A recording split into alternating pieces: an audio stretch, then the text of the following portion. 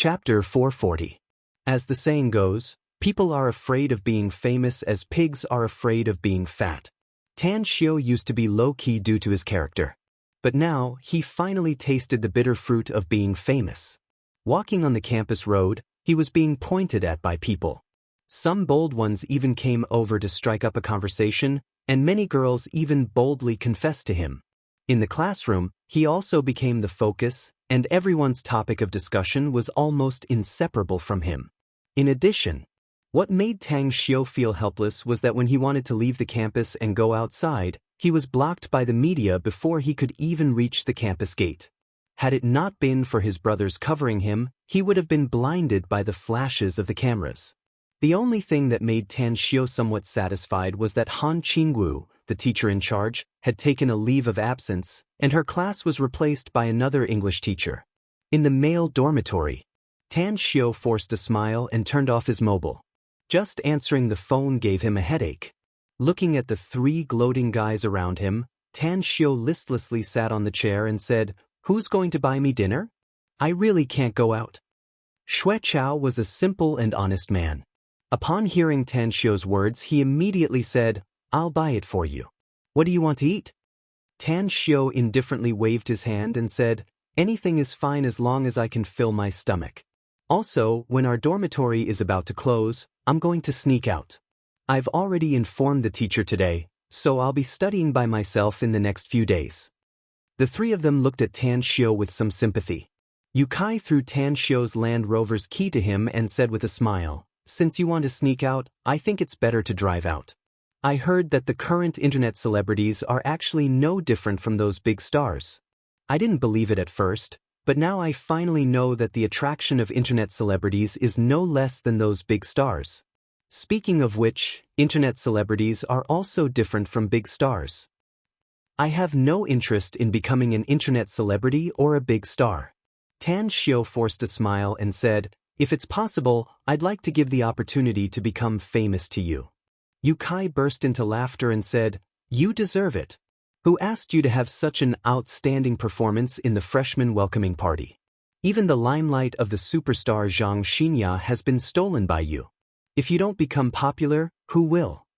Sigh. Tan Xiu shook his head helplessly. Star City, a certain high-end villa complex. After a busy day, Kong Xia dragged her weary body back to her residence.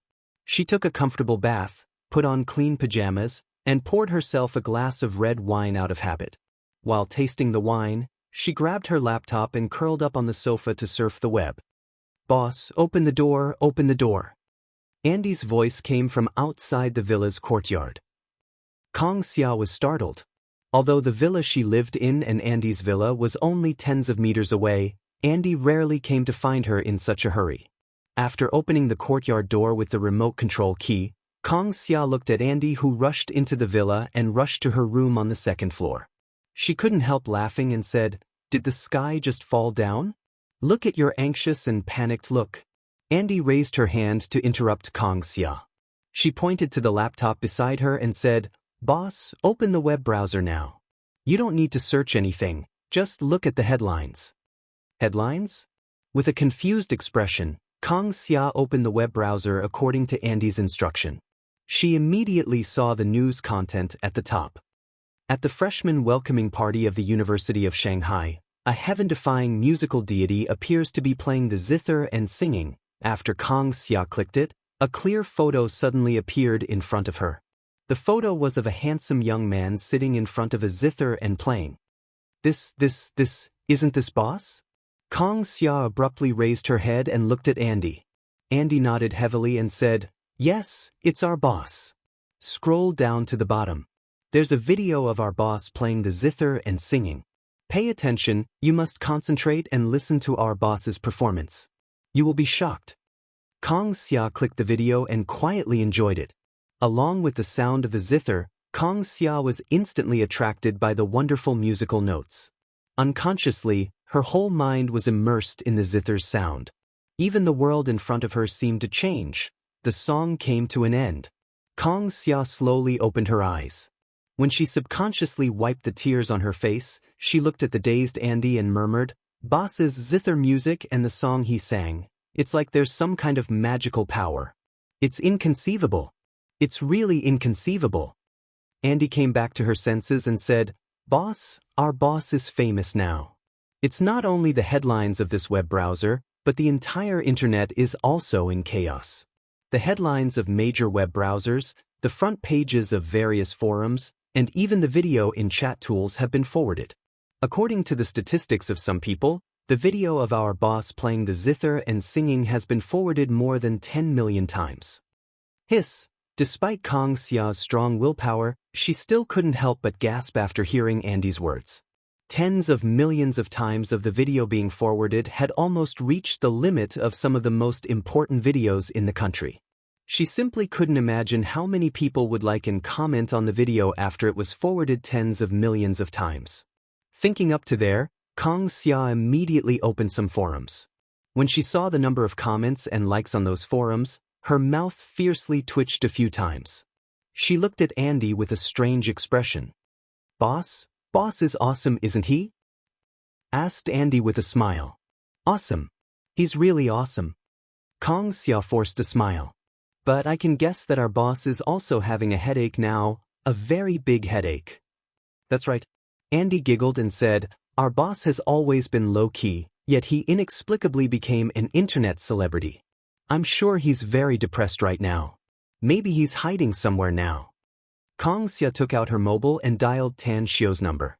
Quickly, she threw the phone to the side and said with an expression of being at a loss whether to laugh or cry, "Boss's cell phone is turned off." "It's definitely because Boss's cell phone number has been exposed and many people are calling him," said Andy with a smile. "He's so annoyed that he turned off his cell phone. I just browsed the music forums and found that dozens of top musicians in our country have publicly spoken on the forums. Many of them even posted on their Weibo accounts. Almost everyone's evaluation is so high that it makes one's hair stand on end. That's right, we met Du when in the imperial capital. He's a grandmaster of the music industry. Do you know what he said?" "What did he say?" asked Kang Xia curiously.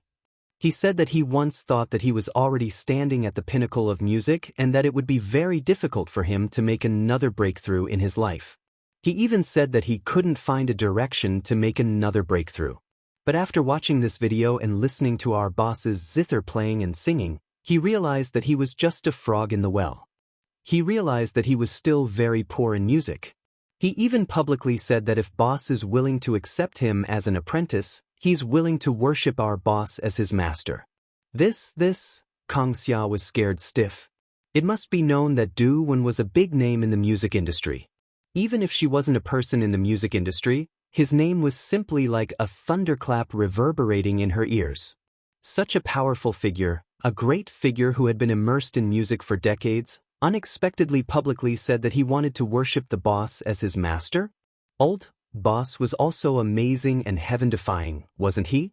Andy giggled and said, "Boss, I know that our boss is a god. He's the most worshipped idol in my life. His architectural designs have made countless top artists in the country concede defeat. Now, he's using music to make countless top musicians in the music industry gasp in admiration. I find that I love boss more and more." Kang Xia shook her head with a smile. Inwardly, she was very happy. The more amazing Tan Xiu's performance was, the more she felt that her vision was right. Jingmen Island, Everlasting Feast Hall. Ouyang Lulu was driving her Land Rover Range Rover and quickly rushed into the parking lot. She was the only one who dared to drive recklessly in the entire Everlasting Feast Hall. Since she was a friend of her boss and Gu Xiaoxue, the patrol members turned a blind eye to her behavior. "Lu, why did you call me in such a hurry? What happened?" Gu Xiaoxue, who had been waiting at the edge of the parking lot for a while, asked with a puzzled expression when she saw Ouyang Lulu quickly get out of the car while holding something in her hands. Ouyang Lulu unzipped her handbag and took out a laptop from it. She turned it on and then handed it to Gu Xiaoxue, saying, "Tan Xiu is on fire." Gu Xiaoxue took the laptop with a baffled expression and asked, "Grandmaster is on fire? Why is he on fire? Did someone provoke Grandmaster?" Ouyang Lulu waved her hand and said, "He's not on fire. It's his fame. His fame is on fire.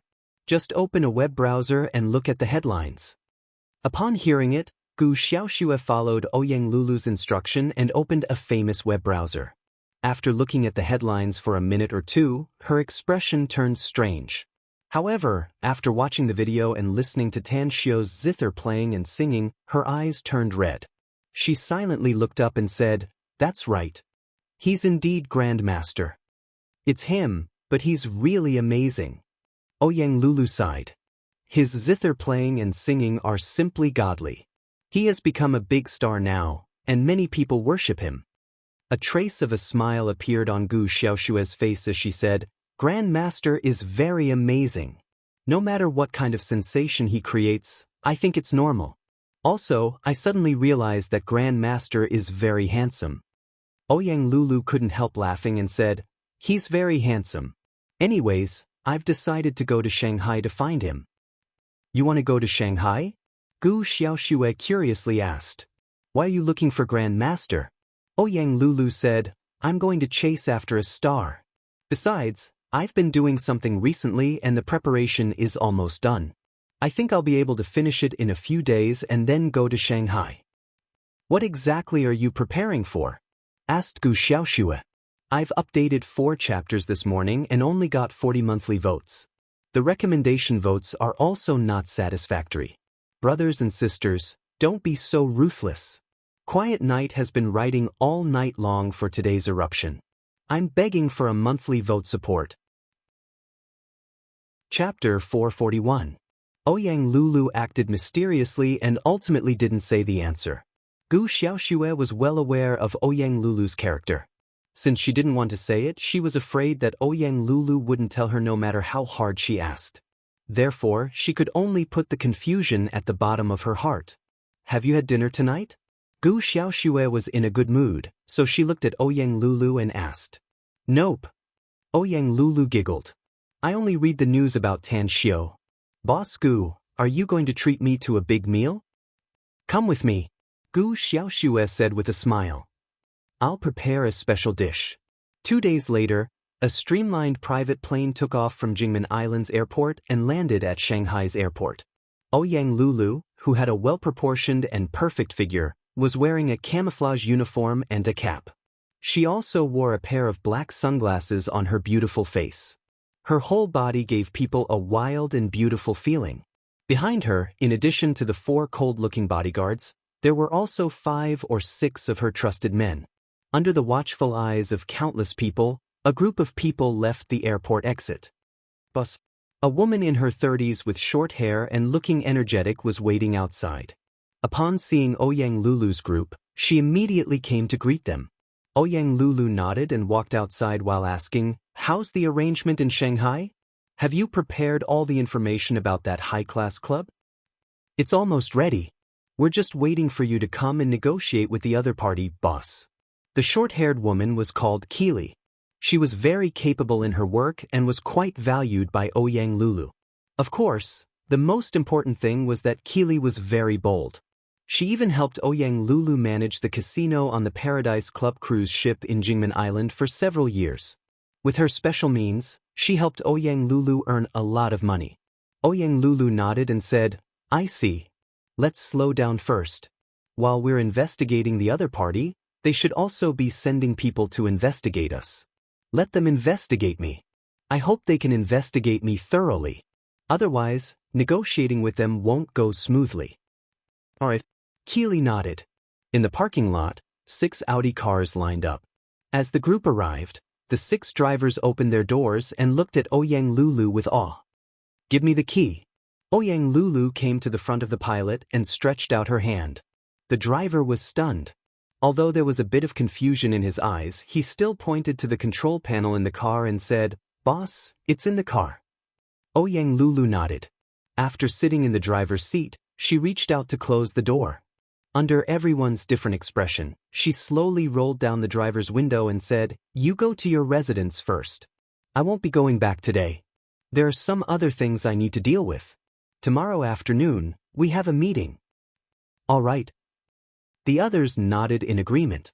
Blue Star Villa Complex. In the corner of the northwest wall, in a blind spot of the surveillance camera, Duan Ning nimbly reached out and climbed over the wall from the outside. He had a small camera hanging on his body. After quietly observing the surrounding environment, he quickly opened a map and silently observed. He was a reporter, a contracted reporter of a notorious large studio in the country, and one of the people who often broke all kinds of major news in the entertainment industry in recent years. He was dedicated and he made a lot of money. Due to his excellent performance, he received millions of yuan in bonuses every year. Coupled with his salary, he earned millions of yuan a year, which was absolutely a very good treatment. It was precisely because of this that he was full of enthusiasm. A few months ago, he even signed up for a training class at his own expense. Physical training, tracking and investigation training, and all kinds of general knowledge observation. In short, the current him was confident that his ability was much more powerful than a few months ago. According to the information, Tan Xiu lives in the 9th villa. I'm afraid it won't be easy for me to sneak into the vicinity of the 9th villa. However, I can choose other villas and find an empty one. I'll climb upstairs and squat there. I'm sure I can take pictures of the situation inside the 9th villa. Duan Ning smiled confidently. He immediately crouched down and quickly slipped to the side. Speaking of which, the security system of the Blue Star Villa complex was very good. Unfortunately, even a tiger would take a nap. It was broad daylight, and it was lunchtime. Therefore, Duan Ning slipped to the vicinity of the 11th villa without being discovered by the security guards. Hiding under the shade of a tree, he observed and found that there was no one in the 11th villa. Therefore, he quickly climbed over the wall at the corner of the villa and then climbed to the top of the villa. Immediately, he took out the camera, adjusted the focus, and began to aim at the 9th villa dozens of meters away. As the saying goes, there's no story without coincidence. Duan Ning himself didn't notice that just as he climbed to the roof of the 11th villa, a black Audi sedan not far away slowly drove in the direction of the 9th villa. Ouyang Lulu, who was driving, inadvertently saw Duan Ning's upper body and the camera in his hand. What's the situation? Ouyang Lulu frowned. At first, she thought that the owner of the 11th villa was on the roof. But after thinking about it, she realized that there was a problem. Tang Xiu is a big star now. Could it be that the paparazzi are eyeing him? Thinking up to here, a smile appeared at the corner of her mouth. As she changed the direction of the car, she parked the car next to the aisle behind villa number 11.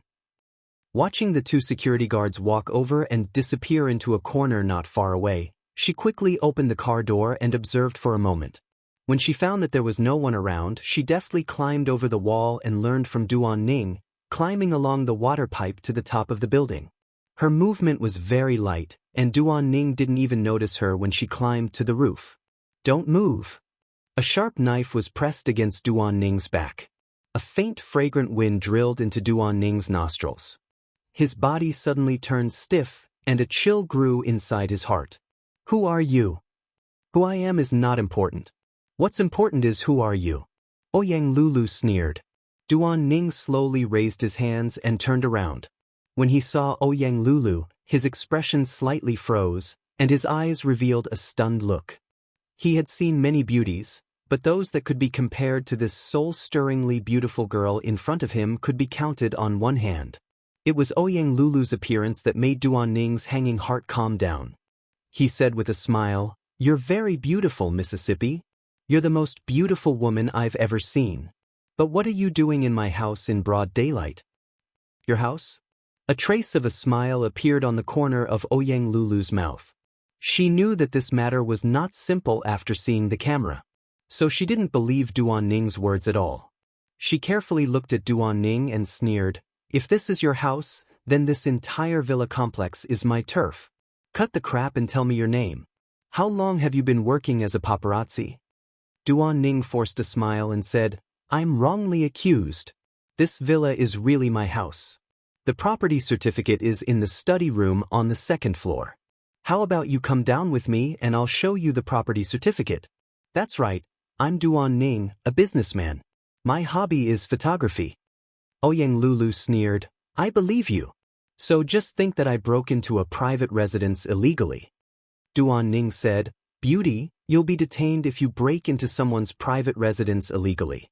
But since you're so beautiful, I won't pursue this matter as long as you accompany me to drink a few cups downstairs. Alright. Ouyang Lulu's foot flew and fiercely whipped Duan Ning's face. Although she was a girl and couldn't be compared with those experts, but dealing with ordinary people, she could still beat several of them.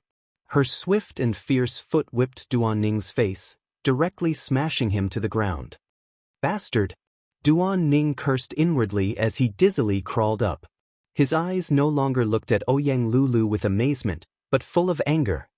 He didn't expect that such a beautiful flower would suddenly hit him, and even so ruthlessly. Ouyang Lulu crooked her finger and sneered, "Cut the crap and take out your reporter's certificate. Else, I don't mind calling the villa complex's security team immediately. I think you should know the consequences of a paparazzi sneaking into a villa and secretly taking pictures of the residents' privacy, right? Those security guards may get angry out of shame and beat you to death or cripple you because you despised their profession and made them make a major mistake." Duan Ning's heart turned cold. His profession was indeed full of danger. He once had a colleague who had been with him for nearly 2 years. He broke into a house that was the focus of the news. After being caught, he was brutally beaten up. In the end, because the other party's bodyguards were too heavy-handed, he became a vegetable. Suddenly, malice sprouted in his heart as he stared at Ouyang Lulu. His toes fiercely stomped the ground and pounced toward her. He needed to subdue Ouyang Lulu. As long as she was subdued, not only would he be able to resolve the immediate crisis, but he could also taste the beauty delivered to his doorstep. He admitted that he had played with a lot of beauties, but none of them could be compared to the one before him. He thought that even if he raped Ouyang Lulu, as long as he threatened and tempted her, as well as finding a place to hide for a while, it would be completely fine. Bam, bam, Ouyang Lulu's complexion turned cold. The moment she retreated, she dodged Duan Ning's pouncing figure. At the same time, she quickly turned around and fiercely slammed her foot on his back. When Duan Ning's body was unstable, she grabbed his shoulder and punched his face with her small pink fist. It was a fight between a man and a woman. They were not on the same level.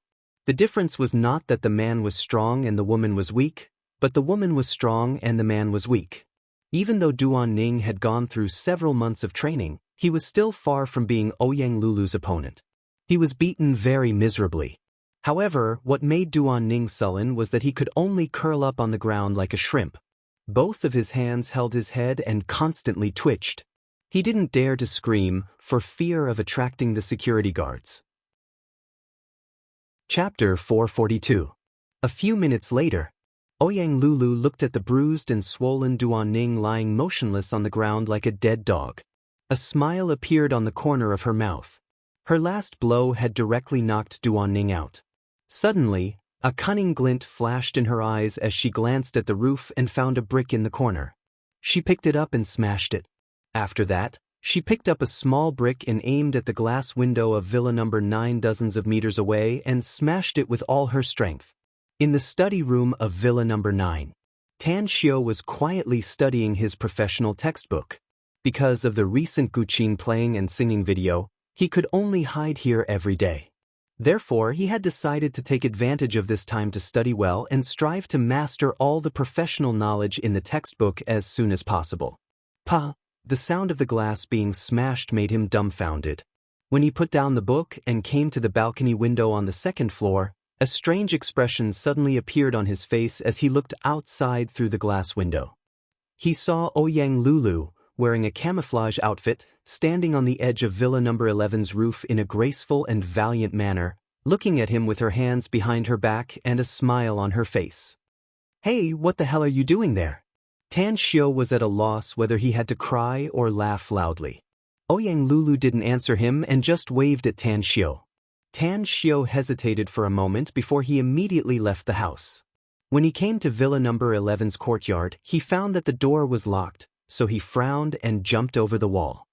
His figure was like a vigorous ape as he quickly climbed to the roof. When he saw the scene on the roof, he immediately asked with a confused expression, "What's going on?" The corner of Ouyang Lulu's mouth twitched. She raised the thing in her hand and said with a smile, "How are you going to thank me? I found it on this guy after I knocked him out." "Reporter card?" Tan Xiao frowned. He looked at the unconscious Duan Ning and then at the proud Ouyang Lulu. Tan Xiu's brows stretched out as he asked with a smile, "How did you come here? You even found this reporter?" Ouyang Lulu said, "This great aunt? Ah no, this young lady is a natural beauty, an exceptionally smart girl, and my observation is formidable to the point of defying the heavens. So, as soon as I arrived here, I noticed that there was someone on the roof.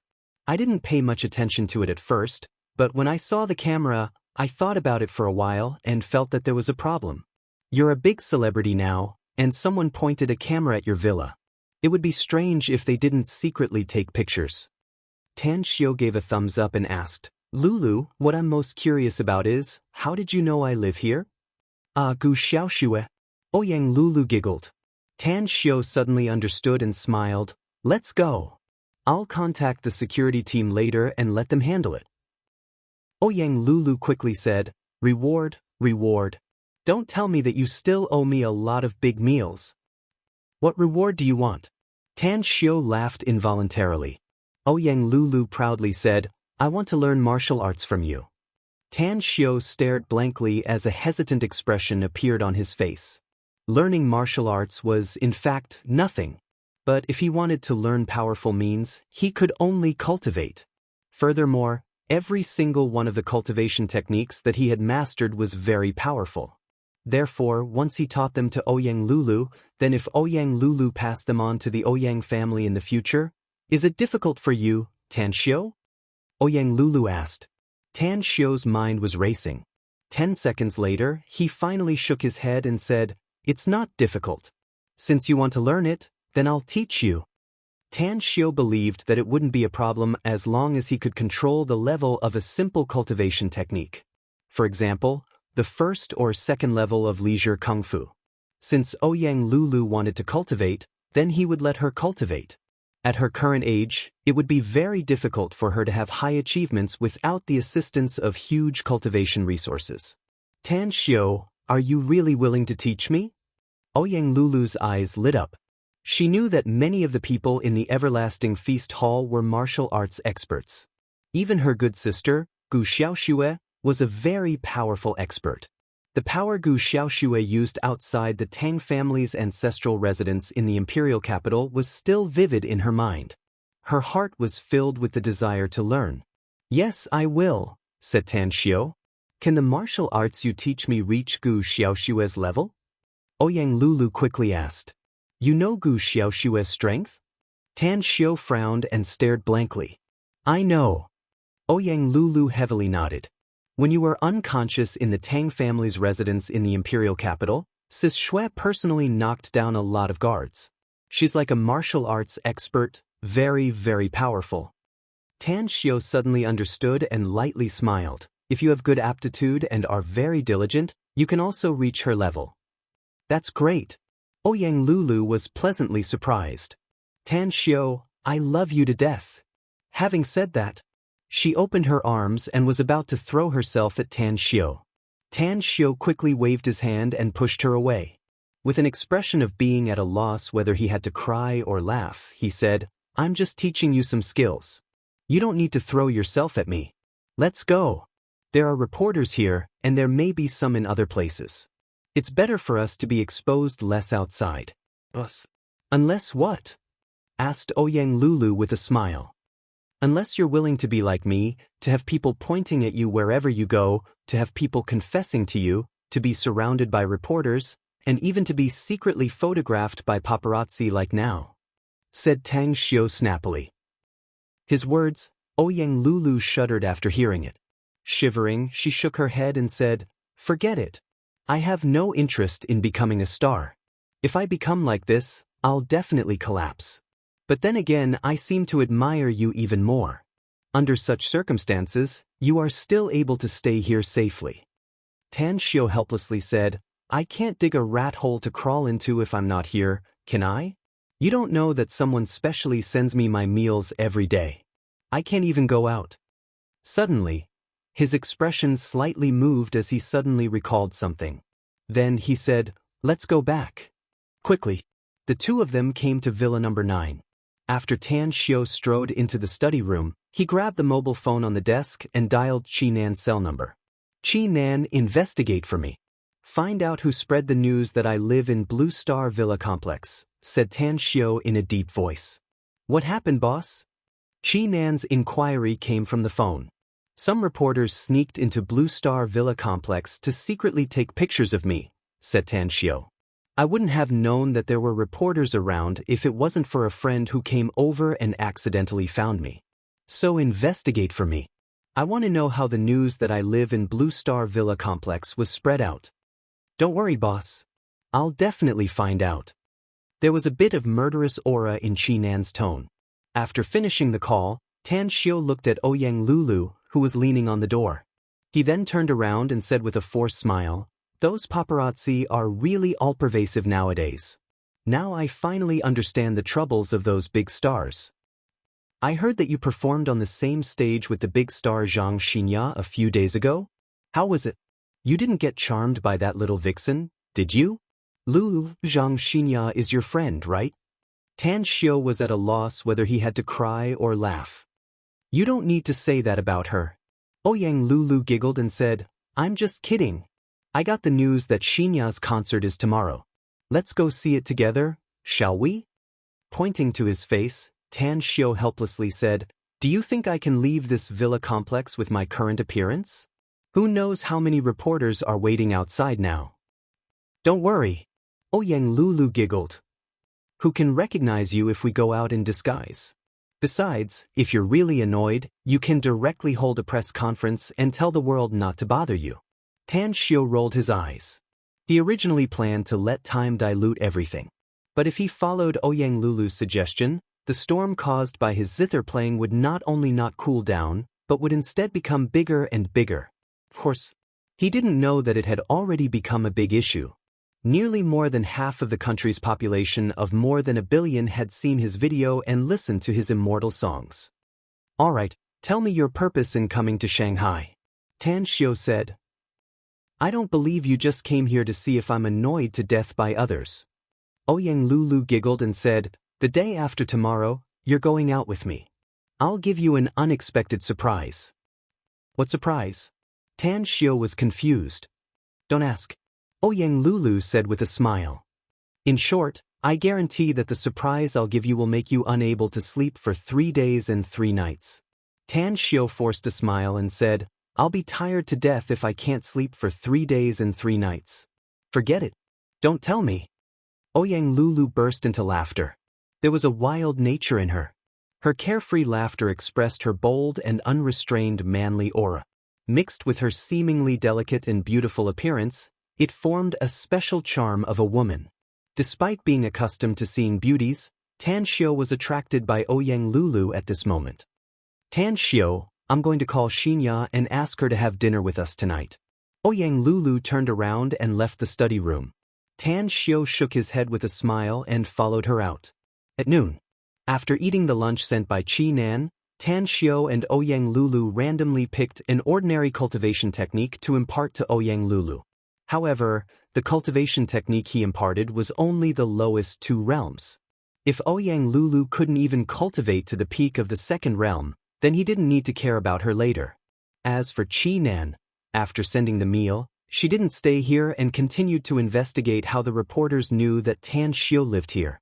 However, what Tan Xiao didn't expect was that Chi Nan came back at 3 p.m. and reported the results of her investigation to Tan Xiao.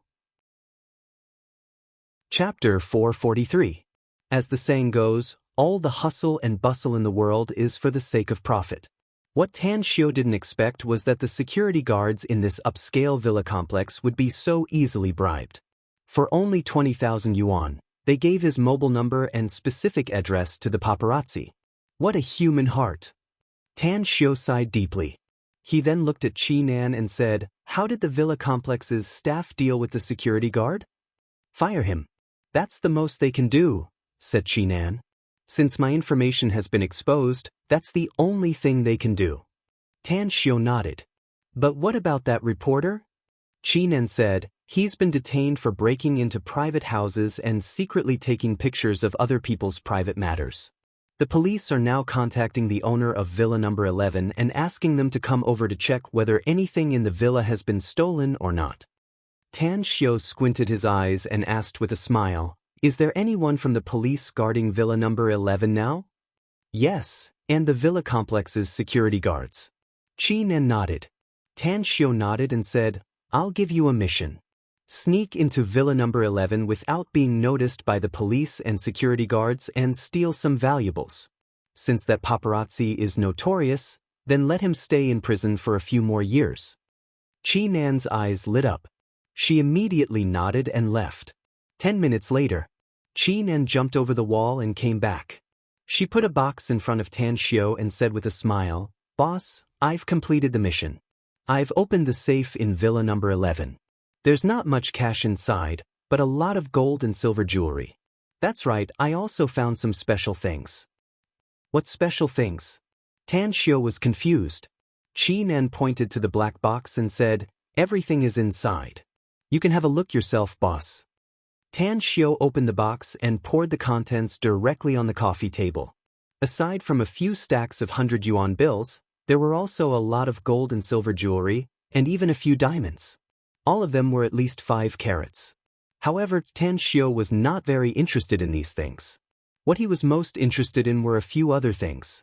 A sharp dagger, a small silver pistol, nylon rope, night vision goggles, a set of special lockpicking tools, and 2 sets of black night clothes. Could the owner of Villa 11 be a thief?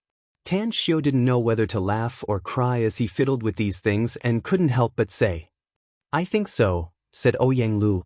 "Otherwise, why would he have the tools to pick locks?" Looking at the material of the tool, it was really extravagant. It was actually made of gold. I reckon that this set of lockpicking tools could be exchanged for a few million gold coins at the exchange rate. Who cares who he is? Tan Xiao lightly smiled and said, "If these things are found by the police, I'm afraid he'll be in big trouble. I'll take care of it for him. After that reporter is sentenced, I'll find time to return it to him." "Boss, do you have any other orders?" asked Qi Nan. Tan Xiao waved his hand and said, "Nope. Go do your thing." Ouyang Lulu watched Qi Nan leave. She then grinned and reached out to touch the few diamonds on the tea table. Tan Xiao's eyes were sharp as he directly knocked the back of her hand and said with a smile, "Don't touch these things. I may not be a good person, but he didn't offend me, so these things must be returned to him. You can buy them yourself if you like diamonds." "I don't have money." Ouyang Lulu pulled a long face and pitifully muttered. Tan Xiao rolled his eyes and snappily said, "You don't have money? You're a famous rich woman, Ouyang Lulu. How can you not have money? Are you kidding me?" Ouyang Lulu took out her wallet and showed it to Tan Xiao. She then said, "I have 6 bank cards in my wallet, and the total balance is no more than 30,000 yuan. I'm really poor. I've never been this poor since I was 15 years old." "What about your money?" Tan Xiao asked with a puzzled expression. "I invested." Ouyang Lulu forced a smile. "Investment?" Upon hearing it, Tan Xiao suddenly became spirited and curiously asked, "What kind of business did you invest in?" "I won't tell you for the time being," said Ouyang Lu. "You'll know about it in 2 days. Anyways, Lulu, do you need to be so mysterious?" Tang Xiao helplessly said, "Forget it. Since you don't want to tell me, I'm too lazy to get to the bottom of it. Do you want me to lend you some money?" "No need for the time being." Ouyang Lulu shook her head. "I'll naturally look for you when I need it." Tan Xiao nodded and said, "All right. We're friends anyway, so don't be polite with me." Having said that, he took out his mobile and turned it on. Ring, ring, ring. However, less than 2 minutes after he turned it on, a melodious ringtone sounded. Tan Xiao looked at the caller ID and found that it was from Jin Zhongkue.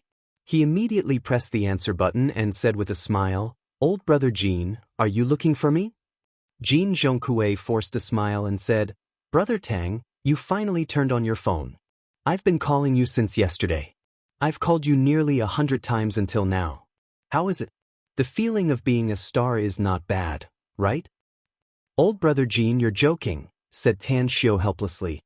"My phone has indeed been turned off these days. I only turn it on once in a while." "That's right, you're looking for me because I've prepared everything here. I'm just waiting for you to take a look at the land and then wait for your design, said Jin Zhongkue. Tan Xiu hesitated for a moment and then said, all right. Tell me the address, I'll rush there now. I'll be waiting for you at the intersection of Futian Road and Guangming Road in peaceful Serene District. That land is very close to this place, said Jin Zhongkue. All right. Tan Xiu replied. After hanging up the phone, he looked at Ouyang Lulu and said, I need to go out for a while.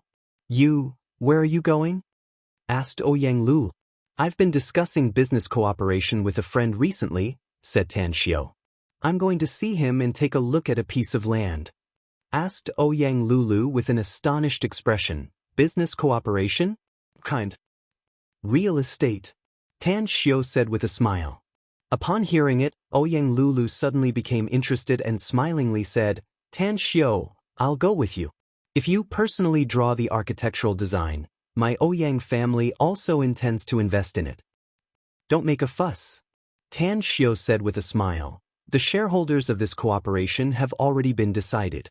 I'm afraid your Ouyang family has no hope to participate in it. However, you can come with me to play, but don't talk too much. Ouyang Lulu pursed her lips and snorted, I can't talk too much. I'm not going. I'll watch you talk about business and make a lot of money. Apart from being anxious, I won't be able to do anything. You go. I'll stay here and wait for Xinya. She said she'll come here immediately after she's done with her work. No problem. Tan Xiu nodded and said, then stay here. Having said that, he put all the things on the coffee table into the box and then carried it to the second floor. Just as he entered the study room, his fingers moved and the box was immediately stored into his interspatial ring.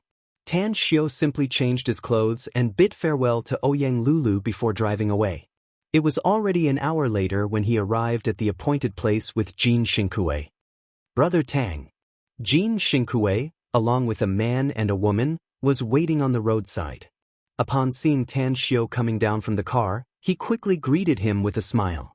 Tan Xiu looked at the man and woman and said with a smile, Old brother Jin, who are they? They're my right-hand men. They're also responsible for the surveying work of that piece of land, said Jin Xingkue with a smile. The specific measurement data has been made into a report. I'll give it to you later. No problem. Tan Xiu nodded. Quickly. Under Jin Xingkue's lead, Tan Xiu came to a barren land. He only observed a few times before he began to pay attention to the surrounding environment. After observing it, Tan Xiu found that the geographical location of this piece of land was indeed good. The transportation was also very convenient, and there was a bustling commercial district and residential area in the surroundings. If this piece of land was reasonably utilized and developed, it would definitely be able to make a lot of money. This place is good. I've decided to invest in this project. Give me a few days and I'll hand over the architectural design to you. After that, we'll discuss the cooperation contract. Once it's finalized, you'll be in charge of the specific project later. I'll send some people to supervise it, said Tan Xiu with a serious expression.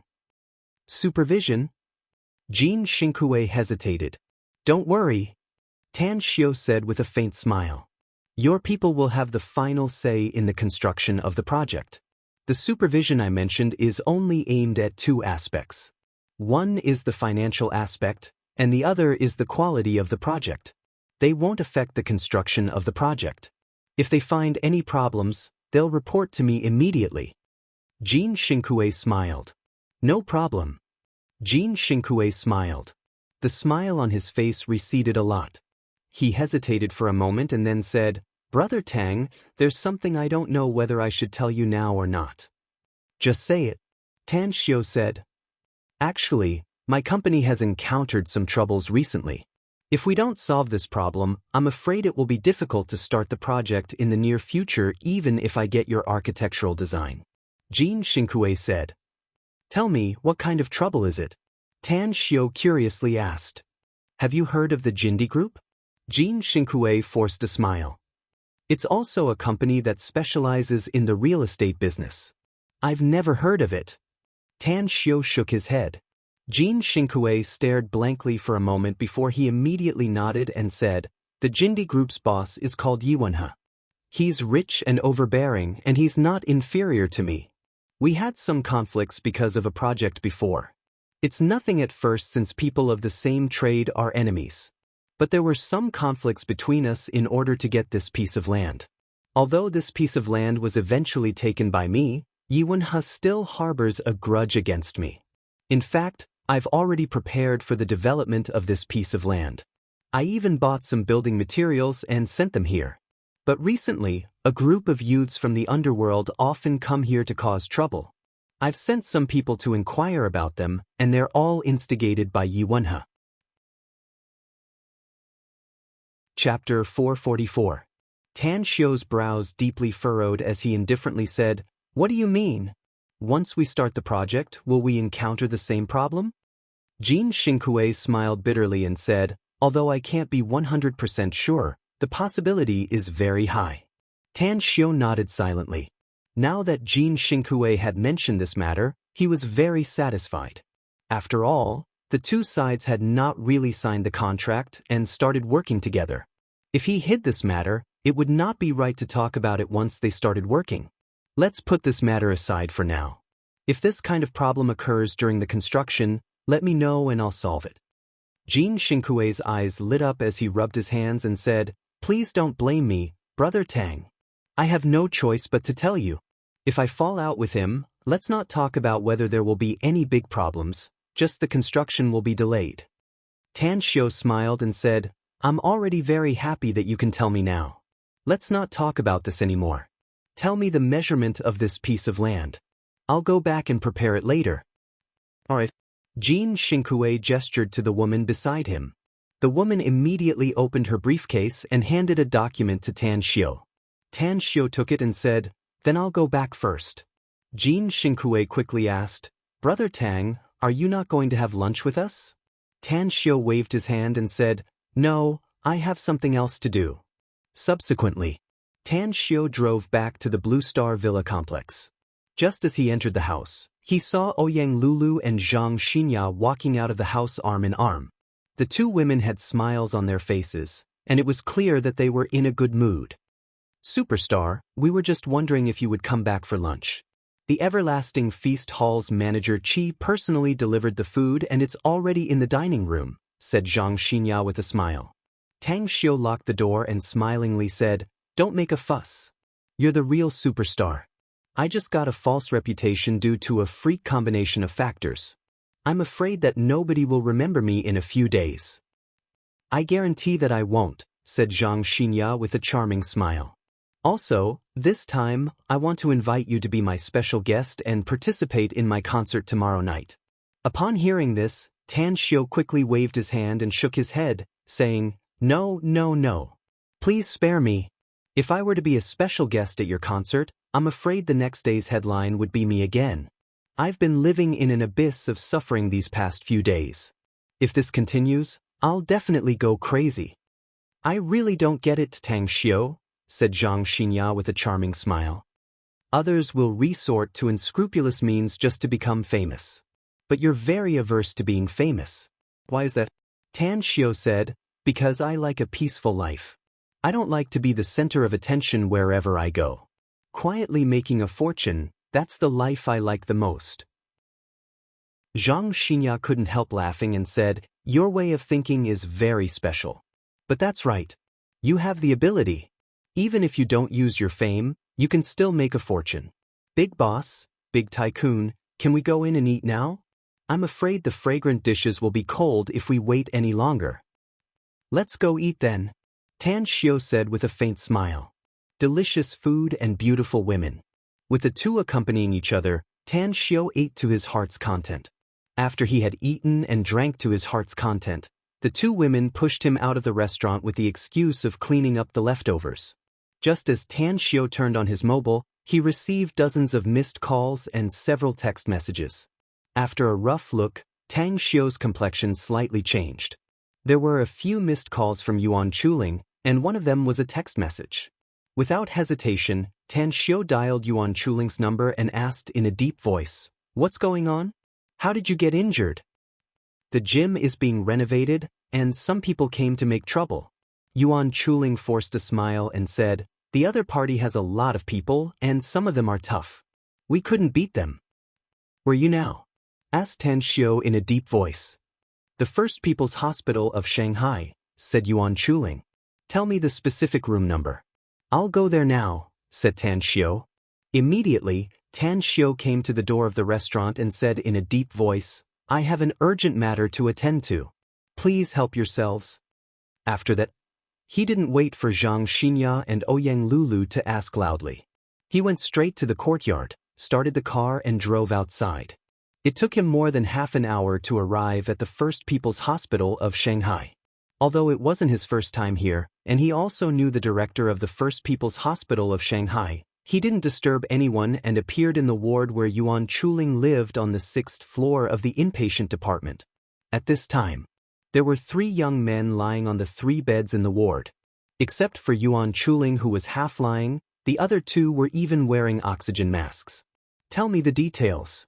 Tan Xiu's expression was full of coldness as he looked at Yuan Chuling and said. Yuan Chuling's head was wrapped in gauze, and there were even traces of blood seeping out. There were also traces of friction on his face.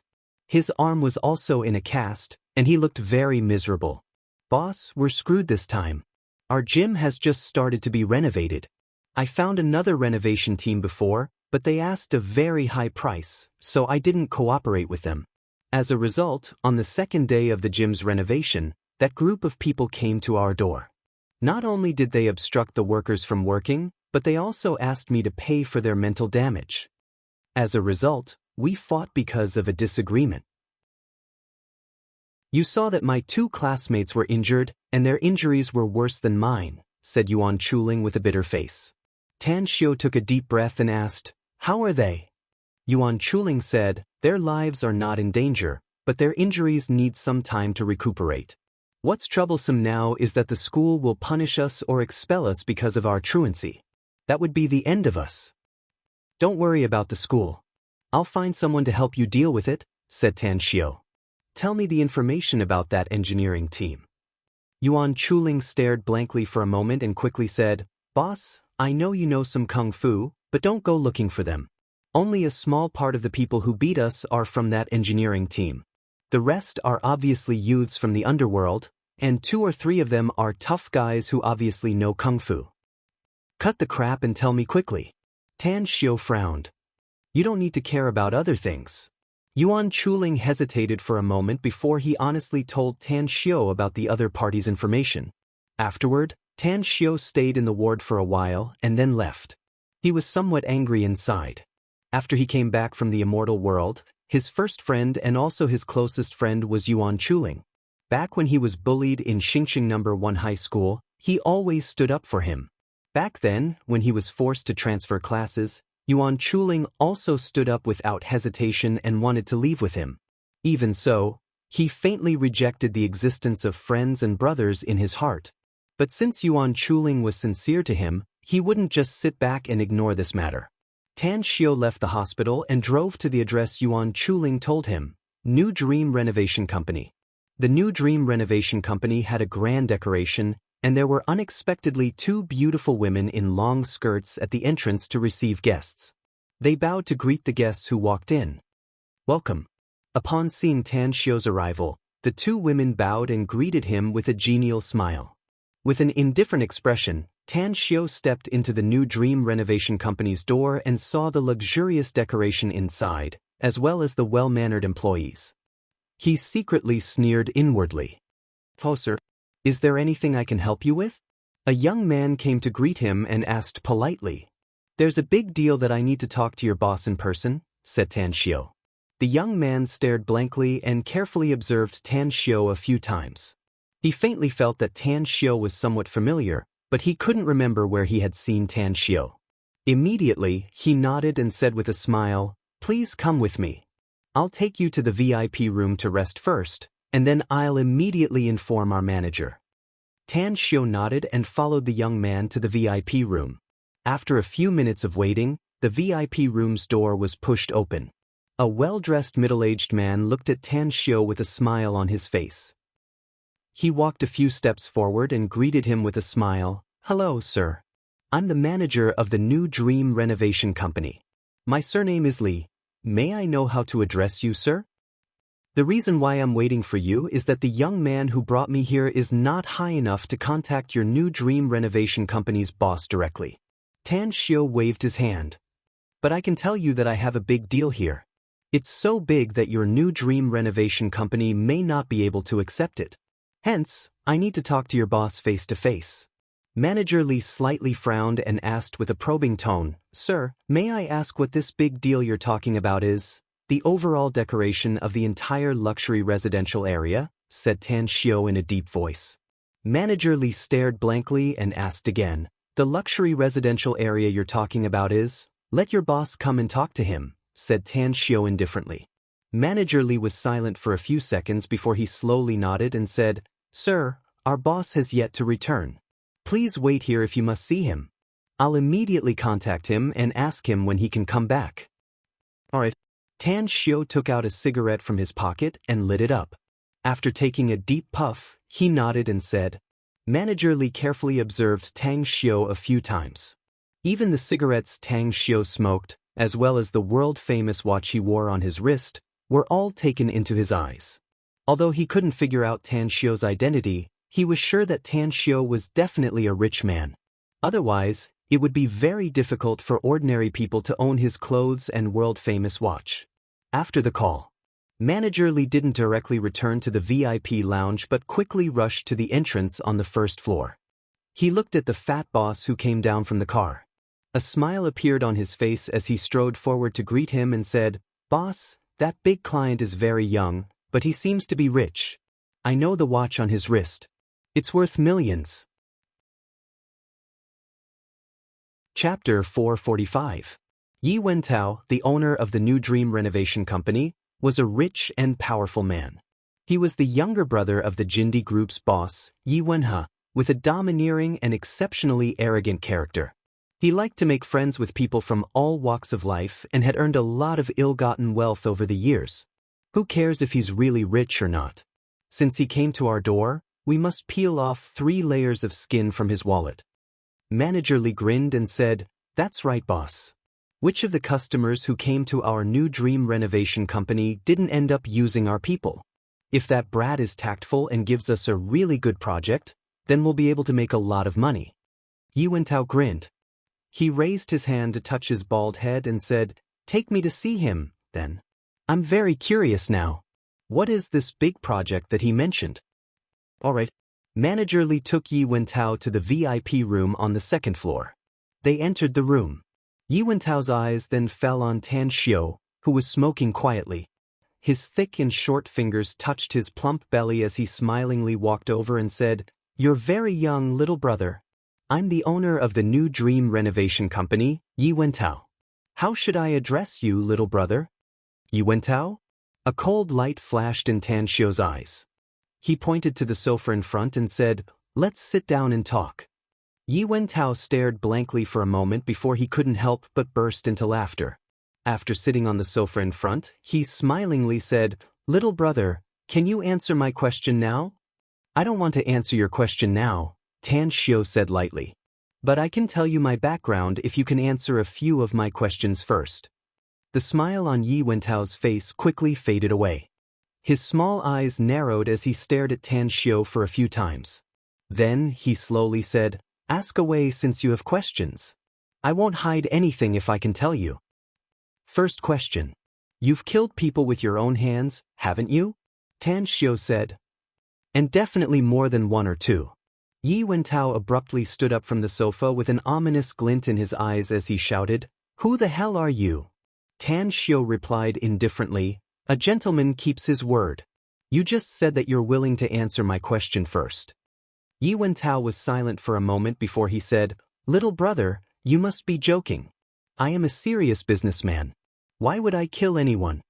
Tan Shio nodded and asked again, I want to know, is your New Dream Renovation Company a business company or a violent gang? A bandit hideout? Clenching his fists, Yi Wentao turned his head and gave Manager Chen a look. As Manager Chen tacitly understood and left the room, a sneer appeared on his face as he lightly said, Looks like you're not here to talk business with me, but to smash my place instead. Say it. Which path are you on? You really have no self-control.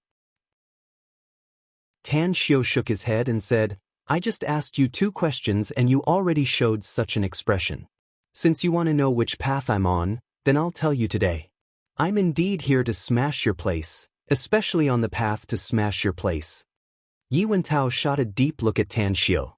He suddenly smiled and gave him a thumbs up, praising, Good, good, good. You're really a young hero. It's been more than a decade since someone came to smash my place. I didn't expect that a reckless hothead would come today. I don't care who you are or what enmity you have with my new dream renovation company. Don't even think about leaving here alive today. You want to fight? Tan Xiao mocked. You really don't want to know why you died? Yi Wentao raised his brows and said with a faint smile, Is there any meaning to it?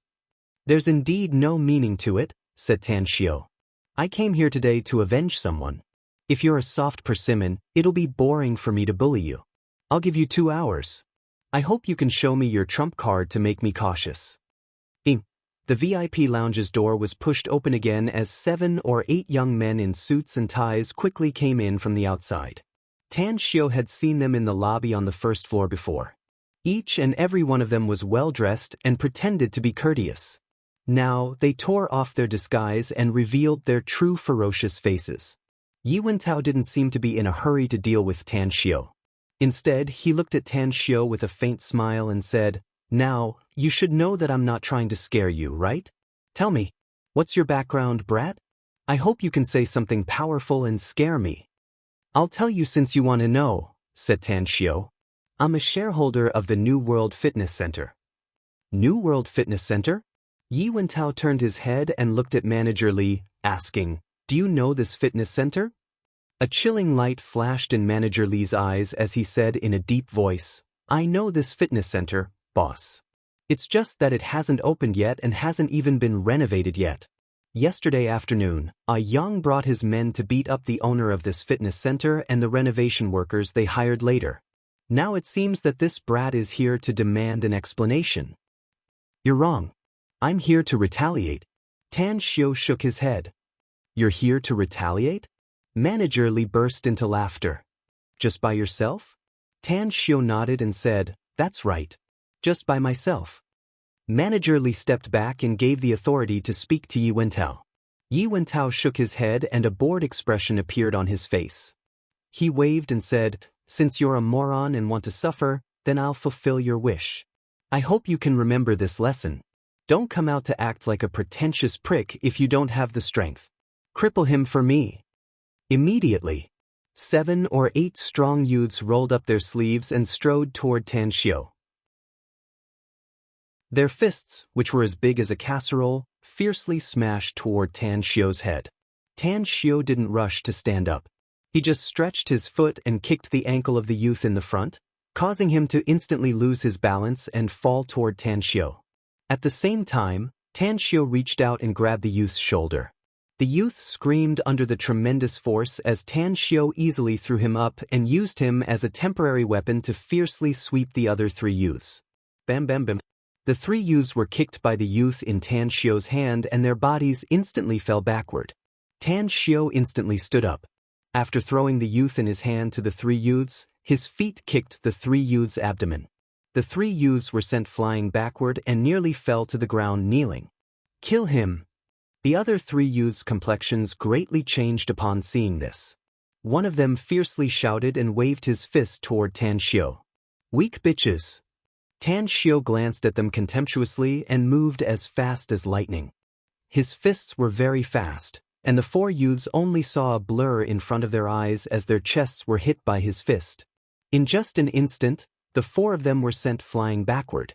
They spurted out blood and directly fell to the ground. 8 people. All of them were knocked down in 10 seconds. Yi Wentao's complexion greatly changed and a horrified look burst out from his eyes. After retreating a few steps, he pushed Manager Li hard. After Manager Li ran out of the VIP lounge, he pulled out a dagger from his waist and pointed it at Tan Xiao, shouting with a vigilant face, Brat, you got some skills. But I want to know, you can knock down 8 of them, but can you knock down 80 of them? Tan Xiao sat back on the sofa and sneered, Let alone 80 of them, I can knock them down even if there are 800 of them. Don't be afraid. I've just said that I'll give you 2 hours. Within these 2 hours, you'll call all your men over and reveal all your trump cards. Otherwise, I'll torture you and feel that it's not exciting. Yi Wentao gave him a thumbs up and sneered, "You're crazy and arrogant enough. I hope you'll still be able to sit properly like this later.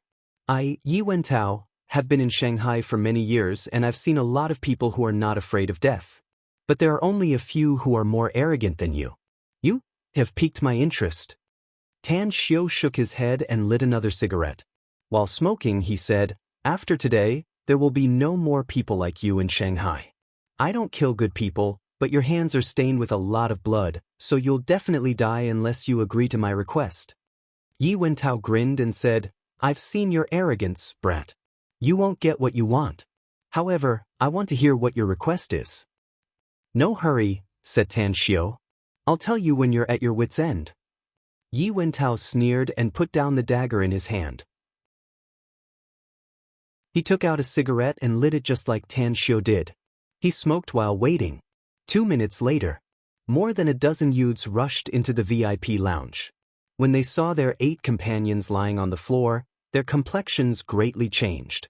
In an instant, several of them pulled out knives from their waists and pointed their blades at Tan Xiu. As long as Yi Wentao gave the order, they would immediately act. However, Yi Wentao didn't immediately issue the order. Instead, he looked at Tan Xiu and said, "Brat, this place is small. Let's settle it in a bigger place." Tan Xiu stood up. As he strode forward, his toes stepped on a youth's wrist. The crisp sound of bones breaking was heard as the youth's wrist was broken by Tan Xiu. Tan Xiu didn't stop. Under the angry gazes of Yi Wentao and the other youths, he stepped on a youth's wrist with each step. In just a few seconds, the right wrists of 8 youths were all broken. "Bastard! You're so ruthless!" Yi Wentao angrily said. "Ruthless?" Tan Xiu sneered. "My friend was seriously injured by your people and is now lying in the hospital. Why didn't you think it was ruthless at that time? I can guarantee that all of you will end up more miserable than them today. I'll even make you regret it for the rest of your life. You shouldn't have provoked my friend." Yi Wentao gasped a few times and shouted fiercely, "Tell me, what's your name?"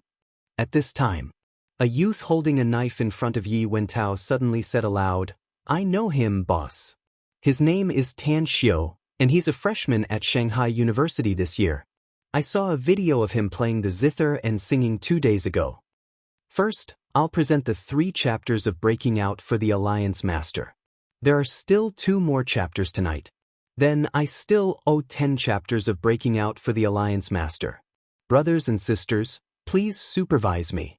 I'll pay off the debt as soon as possible. Seeing that I've been staying up all night, I asked the brothers and sisters to buy tickets."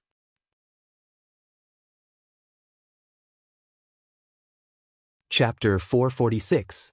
Shanghai University? A freshman? Yi Wentao suddenly recalled the video he watched 2 days ago. He recalled the person who played and sang in the video and compared him with the Tan Xiu in front of him. He immediately understood why he felt that he was familiar before. It turned out that he had seen his video. "I never thought that you'd be so multi-talented, but it's a pity that you won't be able to walk out of my renovation company's door today," said Yi Wentao coldly with a bit of killing intent. Tan Xiu coldly glanced at him and said, "You would have been crippled if I hadn't given you some time just now. It's pointless to try to talk fast. Lead the way." Yi Wentao pointed to Tan Xiu and then turned to walk out of the VIP room's door. The dozens of ferocious-looking youths angrily glared at Tan Xiu. As Tan Xiu stepped out of the door, they also followed him. New Dream Renovation Company's backyard. With a sneer on his face, Yi Wentao stopped in the yard. As more and more men arrived, the number of people surrounding Tan Xiu in the middle had reached more than 30. Most of them were armed with machetes, steel pipes, and other weapons. He was confident that as long as he gave the order, Tan Xiu would be beaten to death. "You're Tan Xiu, right? I suddenly have a kind heart now. As long as you kneel and beg me for mercy and break one of your legs and one of your hands, I'll spare your puny life. Of course, compensation is also indispensable. I don't want much. You've injured 8 of my men, so I'll compensate them 10 million each and 80 million as compensation. I'll let this matter go. Tan Xiao slowly raised his arm, stretched out his finger and hooked it at Yi Wentao. Then he indifferently said, "Tell your men to come at me. Let's see who's going to die, you or me. Do it. Don't kill him. It doesn't matter if you cripple him or cripple him." Yi Wentao's angry face reappeared as he shouted fiercely. In a flash, more than a dozen men armed with machetes and steel pipes rushed toward Tan Xiao. Almost all of them were very experienced in fighting and had used the weapons in their hands to beat people. Therefore, they charged towards Tan Xiao with confidence. Tan Xiao's eyes and ears were alert to all directions. It was fine if he didn't make a move, but once he did, it was as fast as lightning. In the blink of an eye, his fist had already hit the man with the steel pipe at the very front. At the same time, he used his other hand to grab the steel pipe that was lashing at him and easily snatched it away. Pa!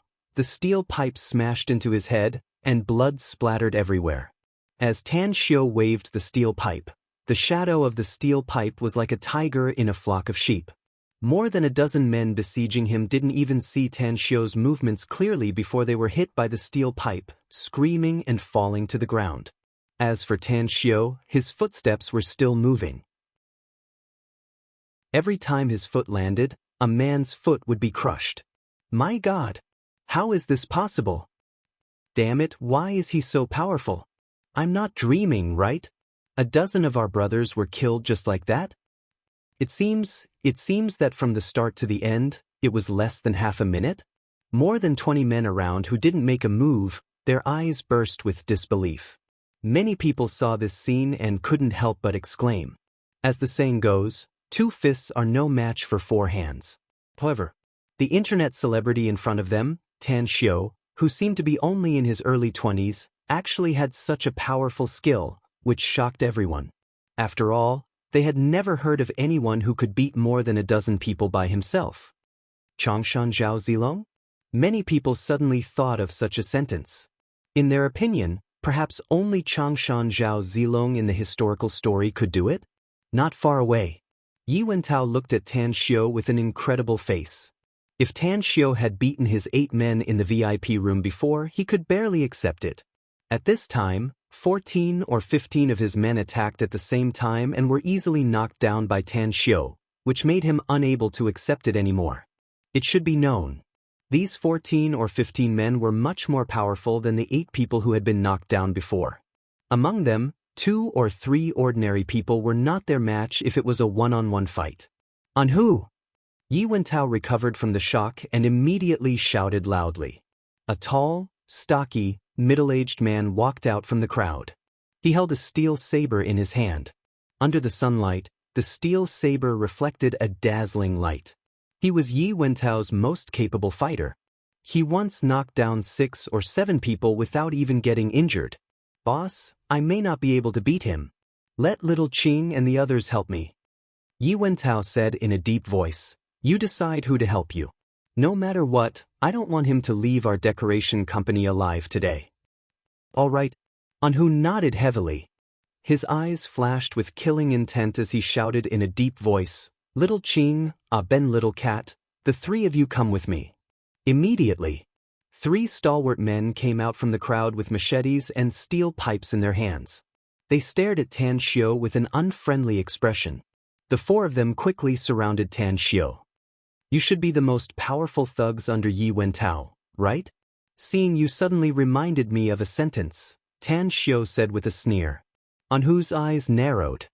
His killing intent surged as he coldly asked, What is it? Tan Xiao lightly said, When there is no tiger in the mountain, the monkey becomes the overlord. You soft-footed shrimps don't even have the power to fight back in front of me. On who sneered, You'll know if you have the power to fight back or not. After saying that, he strode forward with solid steps. The position he stepped on was very special. In just 2 breaths, he had already appeared in front of Tan Xiao. The more than 1 meter long steel saber slashed down toward Tan Xiao's head.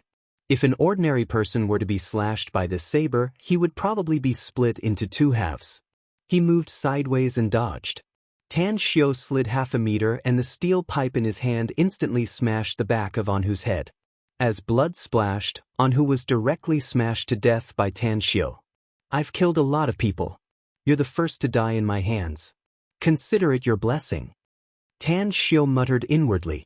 He grabbed Anhu's body and forcefully pulled him to block in front of him. The two chopping sabers and the steel pipe smashed by the other big man all fell on Anhu's body. Tan Xiu smashed Anhu's body on a man with a machete and instantly moved to the front of the other two men. The steel pipe smashed the right side of their necks and directly smashed them to the ground. He didn't kill them this time, but his fingers quickly pressed on some acupoints on their bodies. His star force flowed along his fingers into their bodies and destroyed some nerve acupoints on their bodies. He didn't kill them. Instead, they could only spend the rest of their lives lying in bed. This was the best punishment for them. Don't waste time. Let's do it together. Although I won't go on a killing spree today, you damned bastards must be punished. Tang Xiu threw the steel pipe in his hand to the ground, looked around, and then shouted in a stern voice. Yi Wentao swallowed hard, and there was some fear in his eyes. He never thought that Tan Xiu's strength could be so terrifying. Tan Xiu crippled his four most powerful fighters in such a short time. Even his most powerful man, Anhu, was directly killed. Oh my God! How could I provoke such a terrifying monster? Yi Wentao wanted to run away, but he calmed himself down when he saw that there were still more than 20 men. He pointed at Tan Xiu and shouted, "Go! Kill this bastard! I want him dead!" The more than 20 men were shocked by Tan Xiu's strength, and their legs were all trembling. If it weren't for Yi Wentao, they would have dropped their weapons and fled. In their eyes, he was no longer a human. He was simply a fighting machine. One had to know. Anhu had been practicing martial arts since he was a child, and he had a good foundation in martial arts. He was best at Taizu's long fist and Bajiquan. He was also very good at free combat. Even he was killed by this guy in one move. They would be killed in vain if they went up. Moreover, Little Qing was a retired soldier. He joined Yi Wentao because he wanted to kill someone. He hid his identity until now, and was very powerful. For masters, how could they go up against one person at the same time and be easily killed by him? Yi Wentao looked at the more than 20 men who were frightened and didn't immediately attack Tan Xiu. The fear on his face turned into anger. He shouted, "Are you all deaf? I told you to do it. Kill him for me. Whoever kills him will be my right-hand man in the future. I'll give him 10 million yuan. 10 million? The fear of these men, who were full of ferocity and hostility, disappeared when they heard Yi Wentao's reward. Many of them were as if they were injected with chicken blood. They stepped forward bravely and rushed towards Tan Xiu like hungry wolves. There will be brave men under a high reward. At this moment, the true meaning of this sentence was perfectly demonstrated. However, no matter how hard they tried, they were still like ants trying to shake a tree in front of a real expert. They were overestimating themselves. Tan Xiu was angry in his heart, so he attacked heavily. Every man who rushed over had a hand or a leg broken by him. In the courtyard, dozens of people curled up on the ground like shrimps, wailing in pain. That scene was heart-wrenching. Disbelief was written all over Yi Wentao's face as he looked at Tang Xiu, who was standing among the crowd. He looked at the miserable appearance of his subordinates and staggered backward. He looked at Tang Xiu for a long time without uttering a word. "Yi Wentao, right? There is still some time left before the time I gave you. If you can call more people, I can wait." Tan Xiu's face was cold as he walked a few steps towards Yi Wentao and said indifferently. The corner of Yi Wentao's mouth twitched a few times. He used to be so arrogant when talking to others. He didn't expect that he would be forced to this point. "Just you wait." Yi Wentao didn't dare to escape now. He took out his phone and was ready to call his biggest backer. Chapter 447. At the Jindy Group's HQ, Yi Wenhao was having lunch. Due to business matters, he had been busy until now and could finally catch his breath. However, he was in a very good mood looking at the peach blossom face of his secretary. He had just negotiated a project, and if it was successfully completed, he would have a bountiful harvest. At that time, he would buy some luxurious accessories for this seductive little vixen. He was sure that she would make him feel better and more. Ring, ring, ring. At the table, a mobile phone rang. Yi Wenha swallowed the food in his mouth and grabbed the phone. He immediately raised his brows and picked up the call, asking, "Second brother, is there something you need from me?" "Help me, brother." Yi Wentao's voice came out of the phone. Yi Wenha looked dazed and immediately put down the chopsticks in his other hand. The smile on his face receded like a tide as he asked in a deep voice, "What's the situation?" "There's a monster coming to my renovation company to make trouble," said Yi Wentao hurriedly. "He crippled more than 40 of my men by himself. Brother, hurry up and bring some people here." Yi Wenha frowned and said with a displeased face, "Second brother, did you get kicked in the head by a donkey? One person crippled more than 40 of your men? What kind of joke is this? I still have things to do and have no time to mess with you." After saying that, he was about to hang up the phone. Yi Wentao involuntarily cried out, "Brother, you can't just watch me die, can you? Every word I said was true. I wouldn't have believed such an absurd thing if it were me before. But now it really happened. There's really a guy who crippled more than 40 of my men. He's standing in front of me now. If you don't believe it, I'll tell him to tell you." Yi Wenha was silent for a moment and coldly said, "Then tell him to answer the phone." 10 seconds later, Tan Xiu took the phone from Yi Wentao and indifferently said, "Your useless brother is right. Bring some people to save him if you don't want him to die earlier. Let me give you a piece of advice. Use everything you've got. Don't get yourself killed when the time comes." After Tan Xiu finished speaking, he directly smashed the phone into pieces, then crossed his arms and looked at Yi Wentao. Yi Wentao took a deep breath and forcibly suppressed the fear in his heart. He looked at Tan Xiu and said, "Tan Xiu, I may have a lot of men under me, but I'm still too far behind compared to my big brother. If you don't want to die, I advise you to leave immediately. Otherwise, you will never be able to leave my place again." Tan Xiu sneered, "Do you think I'm scared?" After saying that, he took out his mobile phone and dialed Qinan's number. After the call was connected, he said, "Bring some people to New Dream Renovation Company. I killed some people here, and I need you to bring some people to help me deal with the aftermath." "Yes, boss." Qinan quickly agreed. Tan Xiu put away his mobile phone and looked at Yi Wentao, saying, "I originally didn't need to call people to deal with the aftermath, but today's matter is bound to be very big. Hence, I hope your big brother can come to save you quickly. Else, once my men arrive, I won't even need to do anything. The people brought by your big brother will be cleaned up." The fear in Yi Wentao's eyes became more intense. Tan Xiu alone was able to cripple more than 40 of his men. If he still had more men, could his big brother deal with them? Yi Wentao suddenly recalled something and the fear on his face immediately disappeared. After his expression eased a lot, he sneered and said, "Don't play tricks on me, surnamed Tang. You're just a freshman at Shanghai University. What the hell do you have? Dealing with the aftermath? You're just bluffing." Tan Xiu furrowed his brows and looked at Yi Wentao's suddenly arrogant expression. A smile appeared on his handsome face as he said, "I suddenly changed my mind. You still dare to provoke me recklessly, so I've decided to make you pay some interest first. Didn't other people say that they must share blessings and misfortunes with their men? You should have said the same thing to your men, right? What are you going to do?" Yi Wentao subconsciously retreated 2 steps with a panic-stricken look on his face again. "What do I want to do? Don't tell me you can't figure it out?"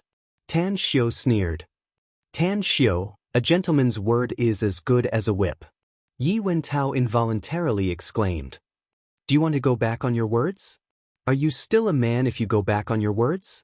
Whether I'm a man or not, it's not up to you to decide." Tan Xiu sneered. As his voice faded away, Tang Xiu's figure instantly appeared in front of Yi Wentao. A sharp dagger instantly slashed Yi Wentao's arm, causing a wound the size of a baby's mouth to split open. Blood gushed out like a fountain and quickly splashed out. Tan Xiu coldly smiled. The tip of the dagger changed its direction and directly pierced his arm. Amidst Yi Wentao's screams, Tan Xiu retreated 2 steps. Watching Yi Wentao's arms weakly being pulled down, he sneered and said, "How do you feel now?" Yi Wentao almost fainted due to the severe pain. Looking at the smile on Tan Xiu's face, his vision turned black and he almost fainted. It was not because of the pain, but because of the fear in his heart. From the first moment Tan Xiu made his move, he knew that Tan Xiu was a ruthless and merciless person. But he never thought that Tan Xiu's ruthlessness had reached this point. He didn't kill him. What he was doing now was completely tormenting him. It was not only physical torture, but also mental torture. Yi Wentao began to pray, praying that his big brother, Yi Wenhe, would come with his men. Otherwise, he didn't know if he could hold on until his big brother came. "You're ruthless, Tan Xiu." Yi Wentao suddenly raised his head. His pair of eyes seemed to be able to spurt out flames as he stared at Tan Xiu and shouted. Tan Xiu sneered, "Whether I'm ruthless or not, it's not up to you to decide. I'll give your big brother half an hour. If he hasn't come with his men within half an hour, I won't waste any more time. I'll just kill you and let my subordinates clean up the aftermath." Yi Wentao's heart turned cold. He didn't want to die. He was less than 40 years old and had a huge fortune. If he were to die now, then it would be meaningless even if he had a huge fortune. He had fantasized countless times, fantasizing that he would have a huge fortune in the future and enjoy the rest of his life. "Tan Xiu, give my big brother 40 minutes. Unless there's no traffic jam, my big brother won't be able to get here within half an hour. 40 minutes. I guarantee that he can get here in 40 minutes. Also, even if my big brother comes, I won't let him do anything to you. It's my fault this time. My men shouldn't have hit your brother and friend. I'm willing to compensate you. Just tell me how to compensate." Yi Wentao was really scared. He looked at Tan Xiu in fear and nearly cried. 40 minutes? Well, since you said 40 minutes, then I'll give him 40 minutes. I hope he can get here within 40 minutes, sneered Tang Xiu. Else, definitely. Yi Wentao nodded desperately. His eyes swept over the nearest man and shouted, "Give me your cell phone. I'll call my big brother." The middle-aged man's leg was broken by Tan Xiu and he was suffering great pain at this time. Upon hearing Yi Wentao's words, he hurriedly threw the cell phone to him. Yi Wentao angrily shouted, "Can't you see that I can't use my hand? Come here and dial the number." The middle-aged man was trembling with fear. After quickly dialing the number, he endured the pain caused by his broken leg and supported Yi Wentao's waist. He barely stood up and dialed the number according to Yi Wentao's instructions. After that, he passed the cell phone to Yi Wentao's ear. "Who is it?" Yi Wenhe's cold voice came from the phone. Yi Wentao shouted loudly, "Brother, my arms have been pierced by his dagger. Brother, hurry up. He'll give you 40 minutes. No, there's still 38 minutes left. If you can't get here in 38 minutes, he said he'll kill me. Big brother, I'm not joking with you. On who has been killed by him. His corpse is in front of me. Hurry up." At this time, Yi Wenhe, who was taking the elevator downstairs, had a drastic change in expression. He knew that Anhu was his brother's most powerful subordinate, but he didn't expect that he would be killed in front of his brother. In a flash, killing intent emerged from Yi Wenhe's body as he said in a deep voice, "I'll rush there as fast as I can. Tell him that I can agree to any condition. Tell him not to act first." All right. I'll tell him right away." Yi Wentao looked at Tan Xiu and loudly said, "Tan Xiu, my big brother said that he'll agree to any condition as long as you don't act first and wait for him to get here. Let me tell you, my big brother is the big boss of the Jindi Group with a net worth of 10 billion yuan. If you spare me, my big brother will definitely give you a lot of money. A lot of money. Do you think I'm short of money?" Tan Xiu sneered. "Then what do you want?" Yi Wentao asked aloud. "That's right. You said you have a request before. What is it?" "My request was very simple." Tan Xiu sneered. "But your men attacked me and some of them even died in my hands, so I'm not going to mention it again. Because I want to kill you." Yi Wentao's complexion instantly turned ghastly pale. His lips trembled as he looked at Tan Xiu, unable to speak. Tan Xiu had the thought of killing him. He could only pray that his big brother would come to save him quickly. Suddenly, the big man standing next to Yi Wentao said in a low voice, "Boss, tell him. We can let bygones be bygones about on whose death." Yi Wentao's expression froze. But a few seconds later, his eyes lit up and he loudly said, "Tan Xiu, on who is my henchman? He's a man who lives on the edge of a blade. Sooner or later, he will be killed in a fight with his enemies. So I don't mind you killing Anhu. I'll satisfy your request as long as it's yours. My big brother will also satisfy you." Today's guaranteed chapter is here. Brothers and sisters, please vote for it and vote for it. Quiet night, continue to stay up late to write and strive for another breakout tomorrow. Chapter 448. It was human nature to be greedy for life and afraid of death. No one could face death without fear. Of course, some people's death was as heavy as Mount Tai, while some people's death was as light as a feather. It was normal to be afraid. But some people would at least show a calm and unperturbed appearance in the face of death, while others would be scared shitless in the face of death. Yi Wentao didn't want to die. He once firmly believed that good people didn't live long, while scourges would last for thousands of years.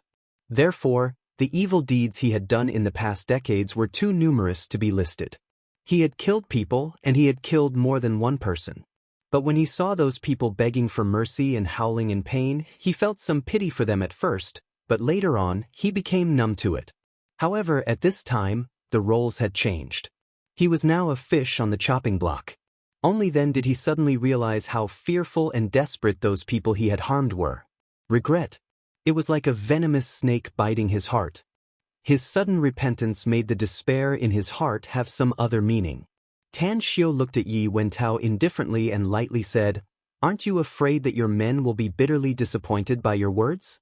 Just look at their faces. Don't they have the expression of a fox grieving for the death of a rabbit?" Yi Wentao turned his head blankly. When he saw his men lying on the ground, each and every one of them looked at him with disbelief. A wave of regret immediately assaulted him. He realized that his words of begging for mercy had chilled the hearts of his men. Yi Wentao opened his mouth but found that he didn't know what to say. "Just wait and see." Tan Xiu sneered. "Whether you can live a little longer or a little shorter depends on the speed of your big brother's arrival." After saying that, he lit a cigarette and walked a few steps to the side. His body leaned against a big tree and no longer spoke. Yi Wentao silently closed his eyes. Countless thoughts were churning in his mind. No one knew what he was thinking. Even his brothers who had followed him for many years didn't know what he was thinking. 10 minutes later, when Yi Wentao's eyes suddenly opened, he walked a few steps toward Tan Xiu. "Tan Xiu, you don't need to wait for my big brother. You can kill me now." Tan Xiu raised his head in surprise and his gaze landed on Yi Wentao. To his surprise, he discovered that the murderous aura that was faintly present on Yi Wentao's body had disappeared without a trace. Although there was still some fear in his eyes, there was more determination in them. What was going on? Tan Xiu frowned slightly. He looked at Yi Wentao and asked, "Why did you change your mind?" Yi Wentao said, "My current situation is very similar to those who were persecuted by me in the past. I couldn't understand it in the past, but now I understand. This fear and despair, it's really, forget it. If you want to kill me, then do it. But before I die, I have a request that I hope you can agree to. Do you think you're qualified to negotiate with me?" Tan Xiu sneered. Yi Wentao shook his head and said, "I'm not negotiating with you. I'm asking or pleading." Tan Xiu said, "Tell me about it." Yi Wentao's eyes fell on his men and slowly said, "I used to be a bad guy who committed all kinds of crimes. I bullied the weak and feared the strong and persecuted a lot of people. Even if I'm killed by you today, it's my just deserts. Retribution has fallen on me. People like me have a saying that sooner or later you'll have to pay for what you did. However, although these men of mine are not good people, most of them listen to my orders. I'm the one who instructed them to do the evil deeds. Therefore, since they have been punished, I hope you can spare them and let them go. I guarantee that they will never speak about what happened today." Tan Xiu raised his brows and sneered, "Are you joking with me?" No, I'm serious. Yi Wentao shook his head. In an instant, the eyes of Yi Wentao's men changed again as they looked at him. There was a bit of disbelief in their eyes. Never did they expect that Yi Wentao could say such words and make such a decision. It must be noted that Yi Wentao was still begging for mercy due to fear a dozen minutes ago. He even expressed his selfish side vividly and vividly. But how come he seemed to have changed into a different person in just a few minutes? How could he make such a decision? Tan Xiu clapped his hands and said with a smile, "It seems you've been enlightened. There's a Buddhist saying that one can become a Buddha after laying down the butcher's knife. I think you can become a Buddhist monk if you don't die today. However, it's impossible for me to kill you now. Your big brother is the big boss of the Jindi group and also your big backer. He should have done a lot of evil deeds all these years, right? So I need to clean him up and make him pay the price."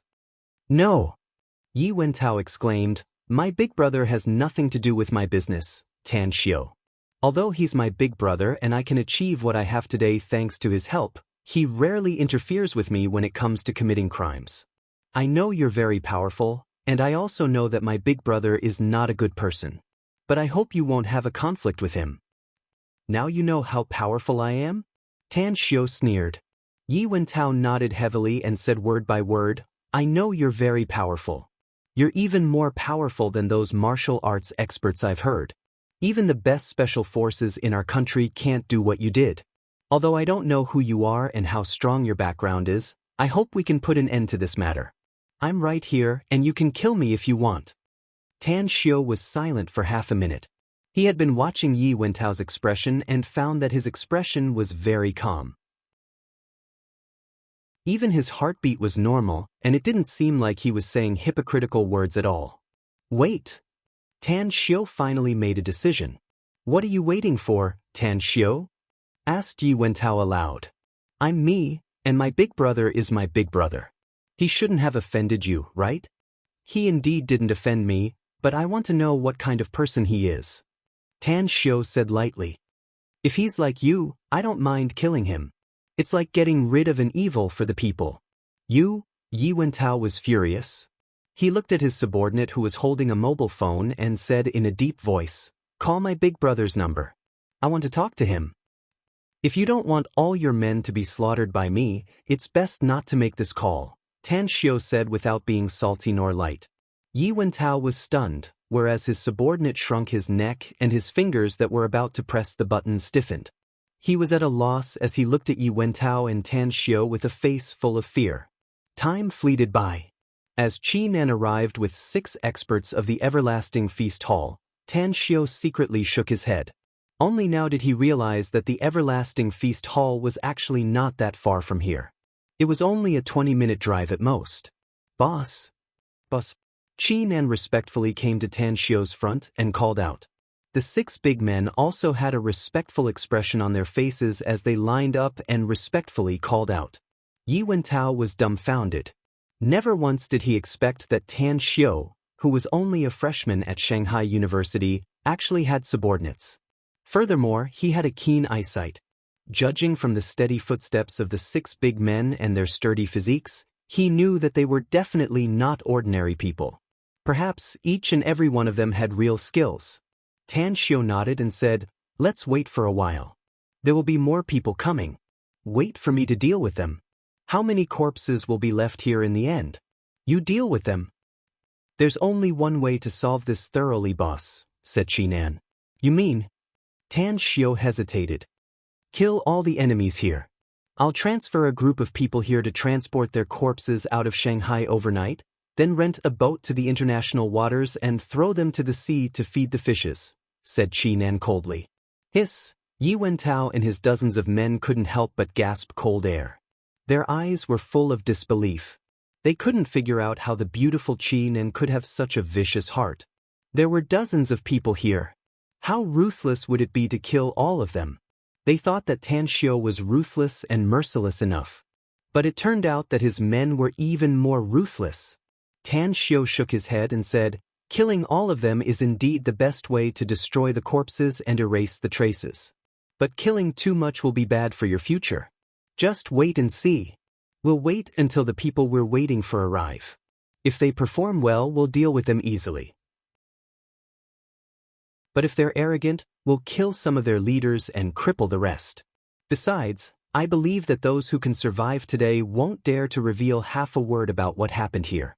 How can you be so sure, boss? Asked Chi Nan in surprise. I believe that these people all have families. Tan Xiu sneered. If they dare to publicize this matter, then they must be prepared for their families to be ruined. Do you think that they will be hunted down and have their families destroyed just because they spoke too fast? Chi Nan thought for a while and nodded. You're right, boss. I'll send people to investigate the families of everyone here. If anyone dares to bring trouble to us, I'll have a way to find and kill them even if they flee abroad with their families.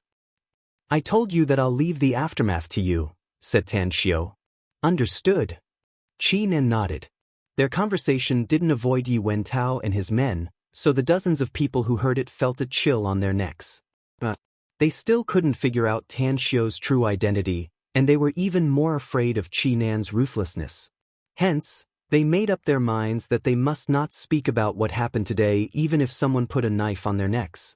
10 minutes later, Yi Wenhe quickly rushed into the new dream renovation company along with dozens of big men in black suits and came to the backyard. Yi Wenhe's complexion greatly changed when he saw the scene in the courtyard. I'm really sorry. I stayed up all night until 5 a.m. last night. I thought I could get up at 8 a.m. to update this chapter, but I ended up sleeping until now. I'll give you a chapter first. There will be 2 more later. Chapter 449. Yi Wenhe had a net worth of 10 billion yuan and he was the big boss of a listed company, the Golden Ground Group. In the entire business circle of Shanghai, he was very famous. Therefore, his younger brother, Yi Wentao, also rose with him. He had a good status and earned a lot of money.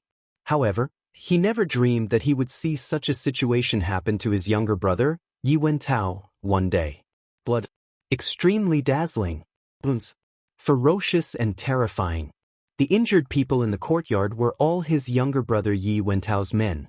Especially on whose corpse, it made him breathe heavily. Yi Wentao rushed to Yi Wenhe and turned his back to Tan Xiu as he said loudly, Brother, I was wrong this time. It's not Tan Xiu's fault. He taught me a lesson and made me understand one thing. Good will be rewarded with good, and evil will be punished with evil. So, you can go back with your men. After saying that, he quickly winked at Yi Wenhe. Yi Wenhe's expression turned extremely unsightly, but he could understand his younger brother's wink. In an instant, he became vigilant, but he didn't leave. Instead, he quickly took off his clothes, turned around, and took a knife from one of his trusted men behind him. He quickly cut his clothes, tore a few strips of cloth, and quickly wrapped them around the wounds on Yi Wentao's arms. Tell me what the hell is going on? Yi Wenhe asked with a gloomy face. Yi Wentao forced a smile and said, I didn't know, but Manager Li told me. A few college students came to my renovation company and wanted to hire someone to renovate their gym. But because they couldn't come to an agreement, those college students went to other renovation companies. Therefore, Manager Li sent some people to make trouble and injured those college students, as well as several people from other renovation companies. Those college students are Tan Xiu's friends, so he came to retaliate. Big brother, we've already been punished, so let's forget about this matter. Yi Wenhe turned to look at Tan Xiu and coldly said, Sir, aren't you too ruthless? Not only did you injure so many people, but you also killed my brother's men just because of a misunderstanding. That's too much. Too much? Tan Xiu sneered. If it wasn't for my strength, I'm afraid I would have died here. You say I'm going too far? You should be glad that your brother is still alive. After a moment of silence, Yi Wenhe slowly said, Since things have come to this point and my brother has been punished, let's end this matter here. Tan Xiu sneered and said, End? Are you kidding me? Yi Wentao strode forward to block Yi Wenhe and spoke to Tan Xiu in a deep voice. Tan Xiu, I still have the same words as before. You can do whatever you want, but don't make things difficult for my brother and my injured men. Shut up. Yi Wenhe's expression changed drastically. Although he didn't know why his brother, Yi Wentao, was so afraid of Tan Xiu, he wasn't afraid at all. This time, he had brought people with him and had made sufficient preparations. Even if Tan Xiu could fight, even if he had some people with him, could they block bullets? Yi Wenhe stared at Tan Xiu and indifferently said, "Don't push your luck, little brother. I, Yi Wenhe, am a respected figure in Shanghai. Do you think I'd let this matter go if it wasn't for my brother's words? Also, it's better to squash enmity than keep it alive. Since both sides have suffered losses, it's better to end this matter here. Else, if we really shed all pretense of cordiality, neither of us will have a good time." Qinan's eyes turned cold and she said in a deep voice, "We can massacre everyone here, boss." Tan Xiu shot a deep look at Yi Wenhe. A smile immediately appeared on his face as he said, "You're very arrogant. You're really brothers and none of you are kind. I've heard about your Jindi group before and I've also heard your name. Now it seems that you do have some ability." "I don't need you to judge whether I have ability or not," snorted Yi Wenhe coldly. Tan Xiu walked a few steps toward Yi Wenhe. Just when Yi Wenhe thought that Tan Xiu would stop, Tan Xiu's speed suddenly sped up. Almost like an afterimage flashed, a dagger appeared in his hand out of nowhere and fiercely pierced Yi Wenhe's arms and shoulders. The moment he violently retreated to his original position, blood immediately gushed out of Yi Wenhe's arms. "Do it! Kill all those who use guns." Cold words came out of Tan Xiu's mouth. Qinan and the 6 big men had long been secretly prepared. Upon hearing Tan Xiu's order, the 6 big men's speed was also very fast. The moment they pulled out their daggers, they had already rushed into the group of men brought by Yi Wenhe. Yi Wenhe's subordinates fell to the ground as soon as the battle began. His powerful martial strength and unstoppable momentum had just begun. The 6 big men closest to Yi Wenhe suddenly had a crazy change in their complexion.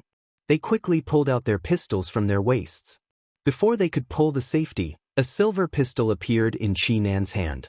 As the muzzle spewed out flames, 6 bullets pierced the eyebrows of the 6 big men. Yi Wentao's heart trembled. The moment Tan Xiu took action, he knew that he was in trouble. The moment the 6 armed men fell, he once again rushed to the front of Yi Wenhe and used his body to block Yi Wenhe. "Brother, you're forcing yourself." Yi Wentao's heart was full of bitterness. Although the fighting scene looked a bit chaotic, the big men who fell were all the men brought by his big brother. The 6 men of Tan Xiu were like 6 tigers rushing into a flock of sheep. The flock of sheep didn't even have the strength to fight back. It was like the autumn wind sweeping away the fallen leaves. Here are 2 chapters first. The rest will be updated in the evening. Continue to seek monthly votes and recommendation votes. Amidst the blood and screams, dozens of stalwart men fell one after another. The 6 men of Tan Xiu acted very quickly. From the beginning to the end, it didn't take more than a minute for all of them to be severely injured and fall to the ground, unable to stand up. "Boss, the task is completed." The 6 big men wiped the blood on their faces and quickly retreated to the front of Tan Xiu. Tan Xiu nodded and gestured to them to stand aside. Then he leisurely walked toward the 2 brothers, Yi Wentao and Yi Wenhe, whose faces were full of fear. "Now, you know what fear is?" Tan Xiu smiled grimly. He took out a cigarette and lit it. He took a deep puff and exhaled the smoke ring as he spoke again. "Yi Wenhe, weren't you very arrogant just now? Why are you standing behind your brother like a coward now? What did I just see? Your legs are trembling. How scared are you? Why are your legs trembling?" Yi Wenhe was really scared now. He was full of confidence just now, thinking that he had brought dozens of men who could fight and fight. Therefore, even though his brother, Yi Wentao, winked at him and spoke humbly to Tan Xiu, he still thought that Tan Xiu was just that kind of person. But how did the plot develop to this point when they really fought? Blood flowed from his arms, but he didn't dare to bandage it. He could only raise his hands and cover the wounds on his shoulders, trying to slow down the bleeding. Yi Wentao was scared. The 6 warm bodies lying beside him made him realize that Qinan was really a demoness who killed without batting an eyelid. "Tan Xiu, please forgive my brother's recklessness. He really didn't want to be your enemy. It's just that he's used to this kind of attitude, so he didn't change it for a while. But now, you've already killed him and beaten him, so please spare my brother. If you have any resentment, just come at me." Tan Xiao shot a deep look at Yi Wentao and sighed, I don't know why your mentality changed like this, but it's still a good thing. So I decided not to kill you. As long as you can agree to my conditions, the matter between us will be written off. Yi Wentao's eyes lit up. He immediately nodded and said, Tell me your conditions. I'll never refuse as long as I can agree to it. First, you two brothers must come up with 1 billion yuan as compensation, said Tan Xiao. Second, you personally go to Shanghai's first public hospital and kneel in front of the hospital for a day. Third, cut off one of Manager Li's hands and one of his legs. Fourth, you two brothers will deal with the aftermath. Yi Wentao's expression constantly changed. After more than 10 seconds, he nodded bitterly and said, I agree to all your conditions. How? Yi Wenhe shouted in a low voice. Yi Wentao turned around and looked at Yi Wenhe with a wry smile. Big brother, do we still have room to bargain? If he wants to kill us, he can easily do it now. I originally thought that I would die for sure, but now I still have a glimmer of hope, so I can only promise him. Yi Wenhe fell into silence. He knew that his younger brother was telling the truth. With how ruthless and merciless Tan Xiao's group was, it was very likely that this day next year would be the anniversary of their death. Tan Xiao nodded and lightly said, Give me your cell number. I'll send my bank account to your cell phone. All my conditions must be fulfilled by 12 o'clock tomorrow night. Otherwise, I don't mind leading my men to slaughter them. After saying that, he then turned around and walked outside. 2 minutes later, Yi Wentao finally retracted his gaze. After he looked at Yi Wenhe, he bitterly said, Big brother, let's bandage our wounds first. We've failed this time, and we can't go on like this again. Otherwise, sooner or later, we two brothers will die very miserably. A chilling light flashed in Yi Wenhe's eyes. He hadn't tasted this kind of suffering for more than 10 years, and he hated Tan Xiao to the core. He had made up his mind that he would bow his head and admit his mistake this time. But he must secretly accumulate his strength to take revenge for today's humiliation in the future. Revenge is a dish best served cold. Yi Wenhe coldly said. Yi Wentao's expression changed and he said in a deep voice, Big brother, you'd better not think about revenge anymore. Tan Xiao and his men are simply inhuman.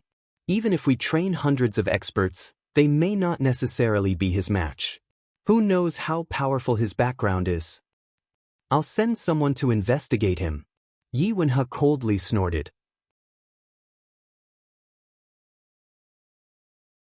Chapter 450. After Tan Xiao left the New Star Dream Renovation Company, he took Qi Nan to Shanghai's first public hospital, whereas the 6 experts of the Everlasting Feast Hall quietly lurked near the New Dream Renovation Company to monitor the Yi brothers' actions. After all, Tan Xiao didn't want any unforeseen event to happen. If the Yi brothers called the police or the aftermath wasn't handled well, the 6 experts of the Everlasting Feast Hall would deal with it. At the inpatient department ward, after Tan Xiao entered the room, he saw Yuan Chuling playing with his mobile in a listless manner. As he came to the end of the bed, Tan Xiao said with a faint smile, I've sent someone to find 2 nurses for each of you. I've also paid a large sum of money for the hospitalization and medical expenses. You can recuperate here with peace of mind. Don't worry about your school's matter. I'll find someone to deal with it later. Yuan Chuling's spirit shook as he looked at Tan Xiao and asked, Eldest brother, can I go out to recuperate? The smell in this hospital is too bad. Besides, lying in the hospital bed is really boring. You must be hospitalized for treatment. Tan Xiao shook his head. The most important task for you now is to recuperate well. The October holiday is coming soon. Try to get out of bed and report to school after the holiday, and then recuperate outside. Aren't you a powerful divine doctor, eldest brother? Yuan Chuling said dejectedly. How can the doctors in this hospital compare to you in medical skills? Why don't you treat me? Your injury is just a flesh wound, and it needs to heal slowly. Tan Xiao said, I'm best at first aid and treating chronic diseases. Even if I treat you, the effect won't be very good. So, take your time to recuperate. Try to gain some weight after you recover. What the? Yuan Chuling was speechless. He was fat all over and wished he could lose weight as soon as possible. Tan Xiu's words were a severe blow to him. That's right, eldest brother. What did you do before? I went to the New Dream Renovation Company, answered Tan Xiu. You went to the New Dream Renovation Company, eldest brother? Yuan Chuling was shocked. What did you do? Tan Xiu said indifferently, revenge. Yuan Chuling's body trembled. Seeing that Tan Xiu wasn't injured, he asked curiously, how did you take revenge? Tan Xiu lightly said, those who should be beaten will be beaten, and those who should be killed will be killed. Tomorrow, the owner of New Dream Construction Company, Yi Wentao, will kneel in front of the First People's Hospital for a day as an apology. In addition, he also paid $1 billion. Do you want it? Yuan Chuling opened his mouth wide and looked at Tan Xiu in disbelief, not knowing what to say. He even seriously suspected that Tan Xiu was bragging. Boss, is what you said true? Tan Xiu nodded seriously and said, yes, it's true. Yuan Chuling gulped down his saliva. Seeing that Tan Xiu didn't seem to be joking, he hesitated and said, although I still don't believe it, eldest brother, it's what you said. I don't want the money. If that surnamed Yi really kneels in front of the First People's Hospital for a day, I can vent my hatred. However, I'm afraid that he will attract trouble if he kneels for a day. How about this? Let him kowtow 3 times in the ward and then let him scram. Tan Xiu thought about it and felt that Yuan Chuling's idea was also good, so he dialed the cell number Yi Wentao gave him before. You don't need to kneel in front of the First People's Hospital for a day tomorrow. You just need to come to my friend and kowtow 3 times to apologize. Alright. Yi Wentao's tone was a bit excited after hearing it. If he had to choose between kneeling for a day and kowtowing 3 times, he would definitely choose the latter. After all, if he really kneeled in front of the First People's Hospital of Shanghai for a day, he would be on the headlines of the major media in the country the next day. Even his face would be completely lost. In the future, not to mention in Shanghai, even in other parts of the country, he might not be able to survive. Tan Xiu thought about it and said casually, the compensation will be increased by 100 million. Bring it to my friend tomorrow. No problem. Yi Wentao answered very happily. Tan Xiu hung up the phone and looked at Yuan Chuling on the hospital bed. He said lightly, I asked for 100 million more. Since you don't want to take 1 billion, take this 100 million as pocket money. Yuan Chuling looked at Tan Xiu with a strange face. He raised his finger and pointed at his nose and said, give me 100 million? As pocket money? Tan Xiu asked, is it not enough? Yuan Chuling quickly waved his hand and said with a wry smile, how is it not enough? It's more than enough. 100 million. Although my family is rich and I can even take out several billion, let alone 100 million, I have never seen 100 million in my life. Tan Xiu said with a faint smile, it's good that you're satisfied. By the way, you should know that I'm on the headlines, right? Yuan Chuling clapped his hands and said with a smile, of course I know, big bro. I'm afraid everyone in the country knows about the recent video incident. I already knew that you're very good at playing the zither, but I didn't expect that it would cause such a big commotion. Now you're also a big star. Tan Xiu said helplessly, I didn't expect that things would develop to this point. However, because of the video incident, I haven't been to school for a few days. Therefore, I'll be at school for the next few days. I'll come to see you before the National Day holiday, but I'm afraid the number of times will be limited. Yuan Chuling waved his hand and said, didn't you say that you've hired a nurse for us? You can rest assured that I'll have a nurse to take care of me. That's right, I heard that your school has a campus bell ranking. When are you going to hook up with some of them and bring them to accompany me to relieve my boredom? Fuck off.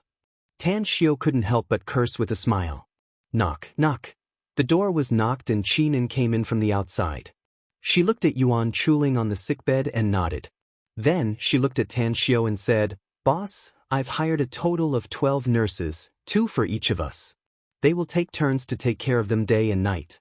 Is there anything else you need me to do? The food in the hospital is very bad. Tan Xiu shook his head and said, arrange a few people to send them meals every day. Remember, it must be light.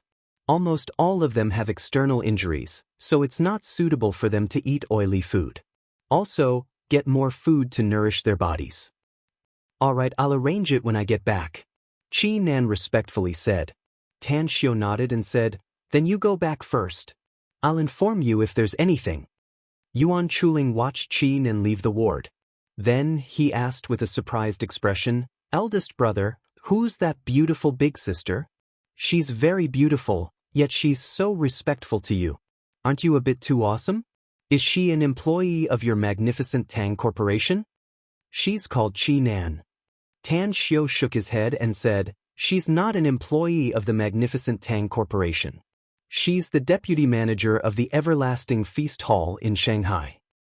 How can a deputy manager of a restaurant call you boss? Yuan Chuling was confused. I'm the Everlasting Feast Hall's boss, so she's naturally my employee, said Tan Xiu with a faint smile. You actually opened a restaurant in Shanghai? Yuan Chuling was surprised. Sort of. Tan Xiu said with a smile. Whenever you go to the Everlasting Feast Hall to have a meal, whether it's in Shanghai, the imperial capital, Jingmen Island, Hong Kong, or any other place, as long as the Everlasting Feast Hall is there, you won't have to pay as long as you mention my name, and they'll even treat you as a VIP. Yuan Chuling gave a thumbs up and praised, eldest brother, this old Yuan is convinced. You're simply my idol, a god in my mind. How long has it been since you came to Shanghai? You even opened a restaurant. From what you said, it seems like you've also opened branches in the imperial capital, Hong Kong, and Jingmen Island. That's really heaven-defying. Just keep your admiration for me in your heart. I'll be embarrassed if I say it out loud. Tan Xiu said with a smile. Shameless. Yuan Chuling scolded him with a smile. All right, let's see if you can still joke with me. It proves that you're fine, said Tan Xiu with a chuckle. Anyways, I'll take my leave first to find a way to solve your school's problem. Then I'll leave it to you, eldest brother. Yuan Chuling quickly said. Tan Xiu couldn't help laughing and said, we're brothers, so there's no need to be so polite. Ah, that's right. Send me the information about you and these two students in a text message. No problem. Yuan Chuling hurriedly took out his mobile phone. A few minutes later, Tan Xiu left the inpatient department building and took out his mobile in the hospital parking area. After thinking for a moment, he wrote a text message and sent it to Jin Xingkui and Gu Changmin.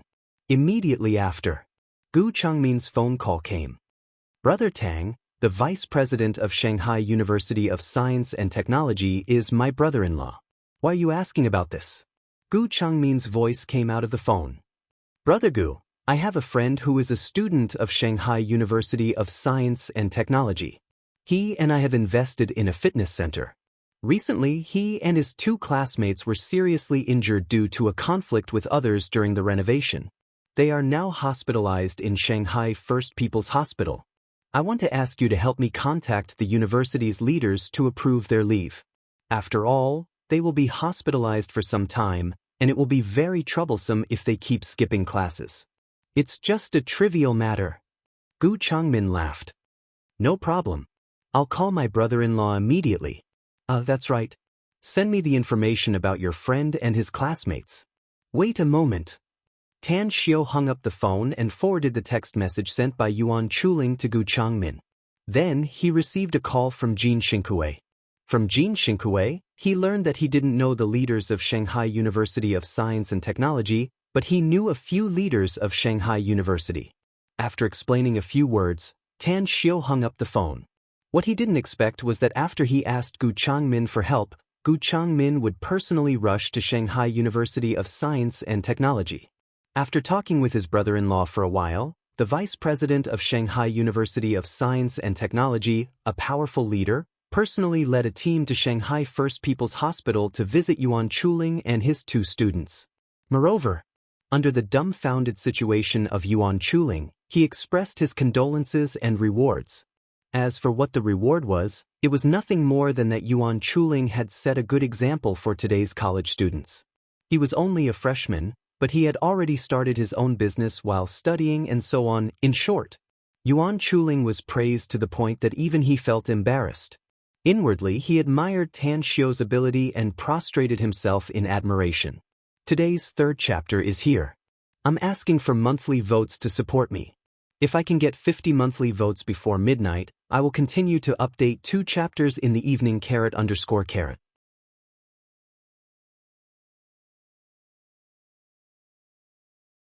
Chapter 451. After leaving the hospital, Tan Xiao didn't directly return to the campus but went back to the Blue Star Villa complex instead. What puzzled him was that Ouyang Lulu and Zhang Xinya didn't leave, but lazily nestled on the sofa, eating snacks, watching an idle drama, and chatting with a smile. "Are you two very free?" asked Tan Xiao with a strange expression. Ouyang Lulu jumped up from the sofa, put on her slippers and said, "We're all very busy. We would have gone shopping if we weren't waiting for you." "Very busy? Shopping?" Tan Xiao didn't dare to compliment Ouyang Lulu's words. He shook his head and smilingly said, "If I remember correctly, Xinya's concert is tomorrow night, right?" Zhang Xinya stood up with a smile and picked up her bag. She took out a stack of concert tickets from the inside and handed it to Tan Xiao, saying, "Great Scholar Tang, since you don't want to be a special guest of my concert, you should give me face by being an ordinary audience member, right? Here are some concert tickets. You can give them to your classmates and friends. You're welcome to come and support us when the time comes." Tan Xiao hesitated for a moment before he took the concert tickets and smilingly said, "I can be an audience member. You're such a big star, so I won't give you face if I don't go. All right, I'll be there on time to support you." "Great Scholar Tang, I'm sure the concert will be very successful with your presence," said Zhang Xinya with a smile. "Can we not make a fuss?" Tan Xiao said with a smile. "What Great Scholar Tang? I'm not family with Tang Bohu." "Hee hee," Zhang Xinya covered her mouth and chuckled. Ring, ring, ring. A pleasant ringtone sounded from his mobile phone. Tan Xiao took out his mobile and looked at the caller ID. It was an unfamiliar number from the imperial capital. He immediately raised his brows and pressed the answer button, saying, "Tan Xiao speaking, who's this?" "Li Xiao Jie, boss." A man's voice came out of the phone. Tan Xiao thought for a moment and remembered who this Li Xiao Jie was. He was a talent cultivated by the Tang family and had helped him deal with the Yao family in Guangyang province. "Why are you calling me?" "I was transferred to the imperial capital a few days ago, boss," said Li Xiaojie. "My family arranged me to be in charge of some intelligence work. I just received a tip-off that some criminals will create a terrorist incident in Shanghai tomorrow." Tan Xiao furrowed his brows and asked, "There are criminals causing terrorist incidents. What do you mean by calling me?" Li Xiaojie said, "According to the intelligence, those criminals should have taken action at the concert of the big star Zhang Xinya. You are now in Shanghai. I'm afraid that you will encounter sudden danger when you attend Zhang Xinya's concert. Now, the government has intervened in the security issue over there, but just in case, I still want to inform you." Tan Xiao's expression slightly changed and he asked in a deep voice, "Who are these criminals you mentioned?" "It should be some radicals in the country," said Li Xiaojie. "After our investigation, we found that some people in our country are extreme and cynical. They have secretly formed a small group. In the past 2 years, this group has made several actions to endanger social stability. Every time, the danger was averted by the state security department. Although the state has arrested most of them, these people are very cunning and a small number of them have not been caught. There were all kinds of birds in a big forest." Tang Xiao was well aware of this truth. That was why those extreme and cynical people like Li Xiaojie said did exist. It was just that such people were very few in number, and the state also deliberately blocked the news, so their existence was not known to many people in the outside world. However, Zhang Xinya was his friend. If those radicals wanted to make trouble at Zhang Xinya's concert, he would absolutely not allow it. After pondering for a moment, Tan Xiao said, "The government department, who is responsible for this incident in Shanghai?" Li Xiaojie said, "It's the 6th Deputy Minister of the Ministry of Security, Lu Changxi. Last night, he rushed to Shanghai with his people and met with the people from the Ministry of Security there. He also cooperated with the police to ensure the safety of Zhang Xinya's concert tomorrow night." Tan Xiao said, "Give me Lu Changxi's contact information." Li Xiaojie was surprised and said, "Boss you," Tan Xiao said, "Zhang Xinya is my friend. I can't see anything happen to her concert. Thank you for telling me about this. I'll go to the capital during the National Day. I'll treat you to dinner then. Boss, this is what I should do. Li Xiaojia's tone was full of flattery. Tan Xiao said with a smile, that's it for now. Don't forget to send me his contact information. After that, Tan Xiao hung up the phone and his face quickly turned gloomy. At the side, Zhang Xinya looked at Tan Xiao blankly and asked, Tan Xiao, who called you? Why did I hear that something will happen at my concert tomorrow night? What's going on? Tan Xiao said in a deep voice, the person who called me is a member of a government department in the country. He told me that some people will cause trouble at your concert tomorrow night. If their means are very bad, I'm afraid that it will cause bloodshed. Now, the leader of the Ministry of State Security has arrived in Shanghai. If my guess is correct, someone will contact you later. Zhang Xinya was confused and said, radical? Poor they. Tan Xiao said, there are all kinds of birds in a big forest. Our country has more than 1 billion people, so it's natural that there will be some extreme and cynical people. These people have formed a small group in private and have done some bloody things that endanger the stability of society. And this time, their target should be your concert in Shanghai. Once they succeed, it will cause great harm and bad influence. Zhang Xinya's face turned a bit pale.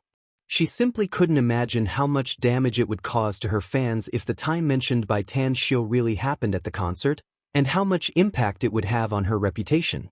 Zhang Xinya looked at Tan Xiao's solemn expression and hurriedly grabbed Tan Xiao's arm. She nervously said, Tan Xiao, what should I do if something really happens at my concert? How about I talk to my partners and cancel the concert? Tan Xiao shook his head and said, I'm afraid it will be very troublesome to cancel the concert. As far as I know, the tickets for your concert are almost sold out, right? Once it's canceled, your fans will definitely be angry and it will have a huge impact on you. Furthermore, I believe that your partners won't agree to cancel the concert in order to prepare for it. Of course, the most important thing is that some big shots in the country will probably want to take advantage of your concert to arrest and purge those radicals. Zhang Xinya opened her mouth and didn't know what to say for a while. She could only look at Tan Xiao for help. The leader in charge of security issues in the country is called Lu Changxi, said Tan Xiao. I'll contact him now to discuss the cooperation with him. If there are really radicals carrying out terrorist activities at your concert, they must be arrested at the first time and put an end to their evil acts. Zhang Xinya quickly nodded, her eyes full of gratitude. Shortly after, Tan Xiao quickly dialed the number sent by Li Xiaojia. 10 seconds later, a deep and low voice came out of the phone. Lu Changxi speaking, who is this? Hello, Minister Lu. I'm Tan Xiao, said Tan Xiao. Who's Tan Xiao? Lu Changxi's tone was very cold. My grandfather is Tang Guisheng, and my uncle is Tang Yunpeng, said Tan Xiao. The other side of the phone was silent for more than 10 seconds. Then, he said in a relaxed tone, Tan Xiao, I've heard of you. You're the child of the Tang family who has been separated for many years. How's old Master Tang? You're looking for me because… My grandfather is fine, Minister Lu, said Tan Xiao. I'm calling you now because I got some news that someone will be at Zhang Xinya's concert in Shanghai tomorrow night to endanger social stability. Moreover, I also got the news that you're the one in charge of the security issues. Can we meet and talk face to face? Lu Changxi hesitated for a moment and said, Tan Xiao, I need to ask you a question. The security issues of Zhang Xinya's concert can be handled by the people from our security department and the police. Why do you care about this matter? Zhang Xinya is my friend, said Tan Xiao with all seriousness. Also, I'm in Shanghai now, so I have some ability to help you. I'm in Shangri-La Hotel, room 8068, said Lu Changxi. Remember, you must pay attention when you come here because we found a small fish living in room 8066. Alright, replied Tan Xiao. Just as he was about to hang up the phone, a thought suddenly emerged in his mind and he said again, Minister Lu, I'm very curious. How can you confirm my identity with just a phone call from me? You even told me about the small fish's problem? Someone from the ministry called us half a minute ago and gave us your cell number, said Lu Changxi. Tan Xiao suddenly understood and said, I see. After hanging up the phone, Tan Xiao looked at Zhang Xinya and said, What are you going to do next? I'll stay here and wait for you, said Zhang Xinya. Tan Xiao nodded and said, Lulu, stay with Xinya if you don't have anything else to do. I'm going to see the person in charge first and transfer a group of experts from Jingmen Island to ensure the security of the concert. Thank you, Tan Xiao, said Zhang Xinya gratefully. Didn't you hear what I just said? Tan Xiao waved and said, We're friends, so there's no need to be polite. Also, I don't want those criminals who endanger social security to continue to harm people. How about I also send some people? Said Ouyang Lulu. No need. I'll transfer some people here. Tan Xiao waved and said, Some people will secretly protect Xinya at that time. Even if some fish really slip through the net and sneak into the concert venue, it's impossible for them to harm Xinya.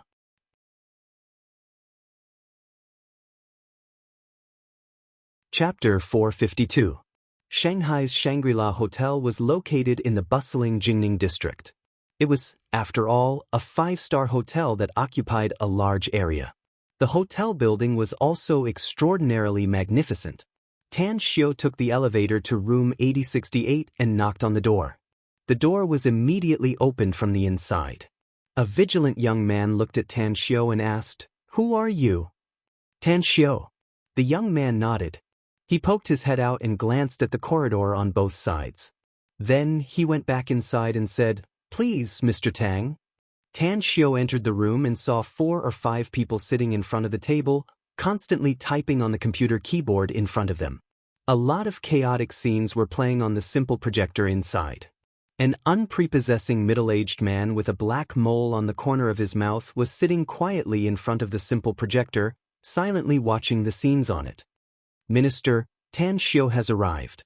The young man who was responsible for opening the door strode to Lu Changxi's side and whispered in his ear. Lu Changxi turned his head and looked at the approaching Tan Xiao. A smile immediately appeared on his face as he got up to greet Tan Xiao. He then stretched out his hand and said, Tan Xiao, I've long heard of your name. I didn't expect to see you today. Senior Tang is really blessed to have such an outstanding grandson like you. You're too polite, Minister Lu, said Tan Xiao with a smile. I've also heard a lot of your heroic deeds. Speaking of which, you are the country's defender and the people's shield. I'll treat you all to a meal after this incident is over to express my appreciation. Tan Xiao, we're almost embarrassed to be praised by you, said Lu Changxi with a smile. Please take a seat. Xiaong, go make some tea. There's no need for tea, said Tan Xiao. Let's talk about those extremists. After the 2 men took a seat, Lu Changxi forced a smile and said, Tan Xiao, speaking of which, we inadvertently got the information that those extremists who have been hiding for more than a year are about to take action again. In fact, one of our people from the intelligence department even managed to obtain accurate information about Zhang Xinya's upcoming concert in Shanghai. Saying that, he personally operated the projector, and the screen finally stopped on a photo of a bald man. He said, his name is Shibiao. On the surface, his identity is the owner of a video game city, but in fact, he's a member of that extremist gang. We've investigated him, and he's been seen in several vicious incidents in the past few years. According to the tracking of our intelligence personnel, it is confirmed that he has already arrived in Shanghai. He is now staying in room 8066, which is next door. Tan Xiao released his divine sense and instantly saw the middle-aged man called Shi Biao in the next room. He was smoking a cigarette and playing with a dagger. On the sofa opposite him, there was a 17 or 18-year-old girl who was tapping on a computer keyboard. The computer screen showed that she was playing a game. You only have information on Shi Biao? Do you have any specific information on the other members of that extremist group? Tan Xiao asked. Lu Changxi forced a smile and shook his head. We do have some other information, but it's not specific. For example, there's a guy called Old Wolf. He's about 50 years old, but we don't have his photo, real name, or other information about him. Tan Xiao nodded and said, You haven't contacted Zhang Xinya yet, have you? Lu Changxi shook his head and said, To avoid alerting the enemy, we haven't contacted her yet. However, I'm going to contact her tomorrow at noon. Tan Xiao said, "You don't need to contact her. She was by my side when I called you before. As for her safety, I'll send someone to take care of it. Also, I'll go to the concert site tomorrow to coordinate with you." Tan Xiao, I think it's better if you don't go. Those extremists are not simple, said Lu Changxi quickly. Take this Shi Biao for example. He used to be a retired soldier and then inexplicably disappeared for a few years. When he reappeared, he became the owner of that video game city. We've investigated through various clues and found out that Shi Biao is very powerful. If something happens to you during the concert, we won't be able to explain it to Senior Tang. Don't worry. I also know some martial arts. Ordinary people can't hurt me, said Tan Xiao with a smile. Lu Changxi still wanted to persuade him, but Tan Xiao stopped him. He waved and said, "You don't have to say it again, Minister Lu. Zhang Xinya is my friend, and I can't ignore her safety. Besides, if something happens, I won't be stupid enough to rush there. I'll tell you in time, and it'll be your people who take action." Upon hearing it, Lu Changxi immediately felt relieved and said with a smile, "Don't worry. I've already met the leader of Shanghai's Public Security Bureau. This operation will be a joint operation between our two sides. The armed police and special police will also be lying in ambush, and a large number of plainclothes police will be mixed in the audience.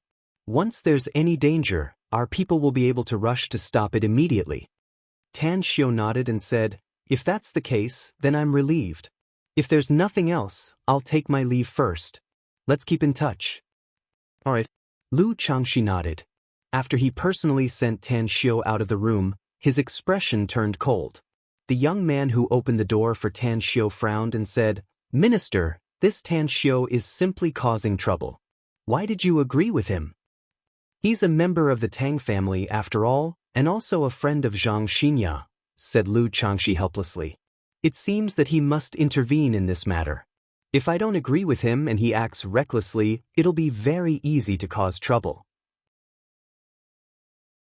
Also, give him his mobile number, so that we can know in advance no matter where he is at the concert. Xiaowang, arrange 2 people to secretly protect him once he appears at the concert venue." "Minister, do we still have to protect him?" asked the young man. "If something happens to him during our mission, do you think the old man of the Tang family will let it go?" Lu Changxi sighed. "You should have heard about the rumors in the imperial capital. In order to make up for what he owed to Tan Xiao, the old man of the Tang family is practically holding him in his mouth for fear that he'll melt and fall. We can't afford to offend him, so we can only assign 2 people to protect him. This is really depressing. He's simply causing trouble for us." The young man muttered, but still nodded.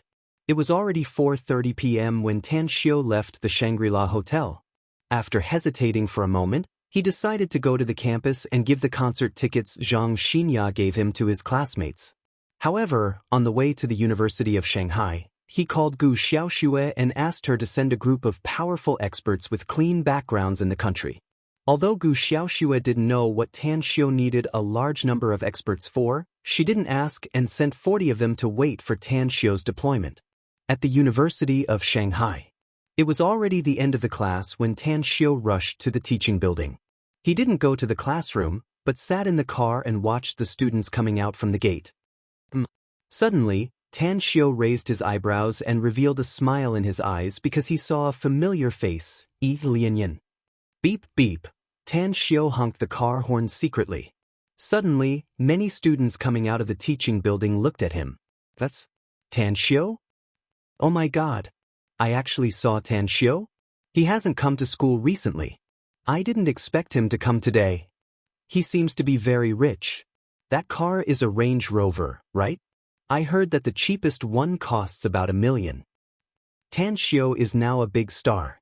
What is he doing in school? Classes are over now." Many people stopped to watch and discuss. Yi Lianyan and several of her classmates were also attracted by the car horn. When she saw Tan Xiao, her eyes suddenly lit up. She ignored the gazes of her roommates and ran toward Tan Xiao. Tan Xiao opened the car door and looked at Yi Lianyan running over. He then said with a smile, "Look at you. You seem to be very angry? Yi Lianyan rushed to the front of Tan Xiu. When she heard his words, she immediately lifted her leg and kicked Tan Xiu's calf. Then, she angrily said, "You knew that I was admitted to this university before the freshmen of Shanghai University registered. Why didn't you tell me that you've been admitted to this school? You didn't ask me. I can't deliberately show off to you that I'm admitted to Shanghai University, can I?" Tan Xiu said with a smile. You're twisting words and forcing logic," Yi Lianyan angrily said. Fine. I was wrong. I shouldn't have told you before just because you didn't ask. Tan Xiu laughed. Well, I'll treat you to a meal after I'm done with some things in 2 days. I'll introduce some handsome guys to you, all right?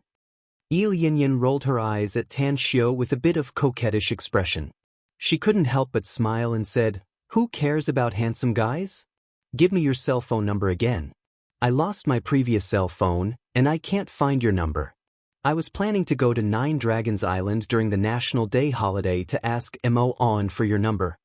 Tan Xiu smiled and gave his number to Yi Lianyan. Then, he said with a smile, "You don't have to go now. You've saved a lot of travel expenses, haven't you?" I'll find you for reimbursement." Yi Lianyan grunted. "That's right, I didn't expect you to be a student of Shanghai University. If it wasn't for your performance at the freshman welcoming party, I would have been kept in the dark until now. Tan Xiu, how come you're so amazing? You're still a college student, yet you have such a big business and know so many powerful people.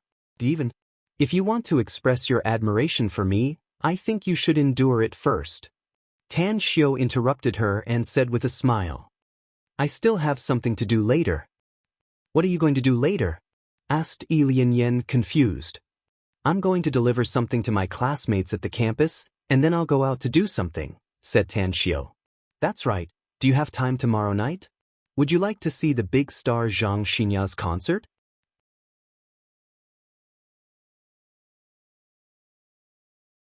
Chapter 453. I really want to go. Zhang Xinya is my idol, after all, said Yi Lianyan.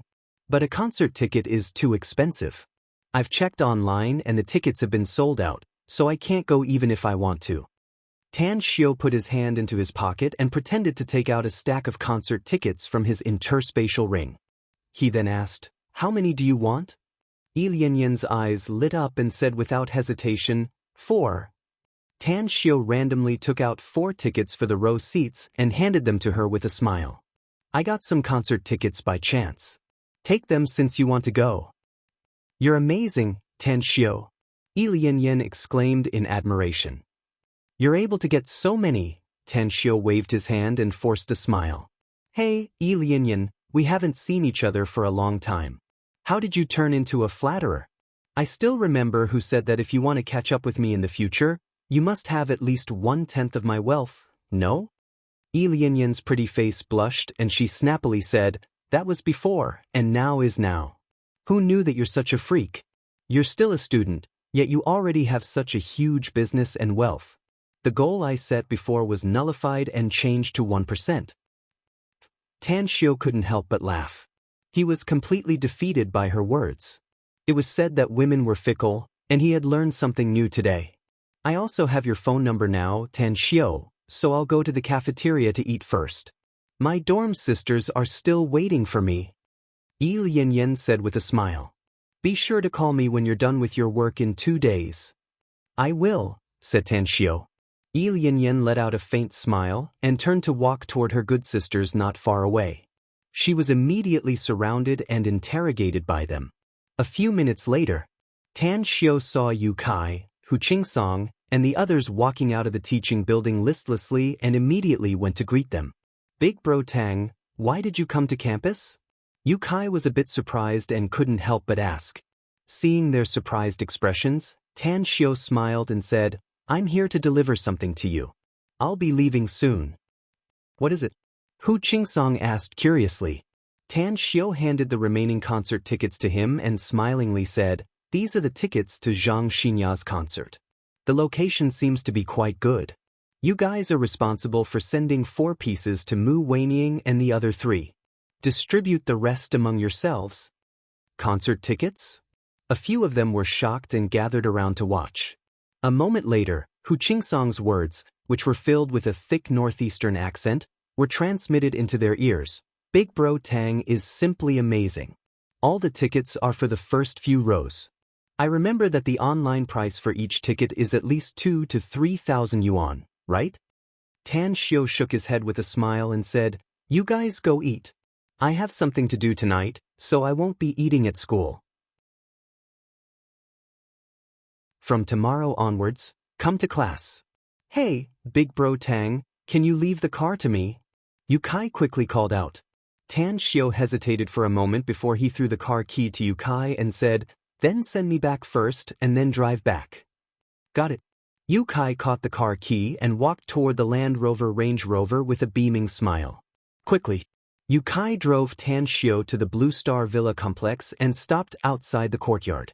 Just as Tan Xiu got off the car, he saw Yukai following him. "You're not going back?" "No hurry," said Yukai with a smile. "They'll give me some food. I'm a bit thirsty." Tan Xiu hesitated for a moment. Recalling that Zhang Xinya and Ouyang Lulu were still inside, he immediately said, "Let's go back to school and drink. It won't take long." Yukai stared blankly and carefully observed Tan Xiu. A glint flashed in his eyes and he dashed toward the villa's courtyard without saying anything. In just a few seconds, he had rushed to the villa's lobby. When his eyes swept over the two beautiful women sitting on the sofa inside, his footsteps instantly came to a halt and his mouth opened wide. Tan Xiu forced a smile and followed him inside. Looking at Yukai's shocked expression, he helplessly said, "I told you to go back to school and drink water, but you didn't listen. Now your little heart can't stand it anymore, right? I'll say it first. You have to work hard to chase these beauties yourself. I won't help you." Hee hee. Zhang Xinya and Ouyang Lulu got up from the sofa and couldn't help but burst into laughter when they saw Yukai's dumbfounded expression and gaping mouth. However, the poem, turning back and smiling charmingly, had thoroughly and vividly expressed the two women's brilliant smiles at this moment. Yukai, who was already shocked by the two women's beauty, suddenly felt his heart thumping crazily and his blood pressure began to soar at this moment. Slap! Tan Xiu slapped Yukai's shoulder and woke him up. Then he said with a smile, "All right, don't make a fool of yourself. You look like you've never seen a beauty before. Let me introduce you. She's Ouyang Lulu, my friend. There's no need for me to introduce Zhang Xinya. Her photo is on the poster on your bed." Yukai gulped down his saliva as disbelief flashed in his eyes. He stammered, "Big Bro Tang, I'm not dreaming, am I? I thought that you might be hiding a mistress in your golden house. I never thought that you're really raising two canaries in your villa. No? They're the best canaries." "Canaries?" Tan Xiu couldn't help but laugh as he shook his head. Zhang Xinya and Ouyang Lulu looked at each other and suddenly burst into laughter. Suddenly, they felt that this friend of Tan Xiu was really interesting. Tan Xiu was too lazy to care about Yukai and said to Ouyang Lulu, "Lulu, go to the fridge and get a bottle of drink for this guy. Then quickly send him away." Having such a classmate and roommate is really shameful. Ouyang Lulu obediently complied and ran to the fridge to get 2 bottles of drinks. After giving one to Yukai, she unscrewed the cap of the other one and handed it to Tan Xiu, saying, "Honey, your classmate is thirsty. You should also be thirsty, right?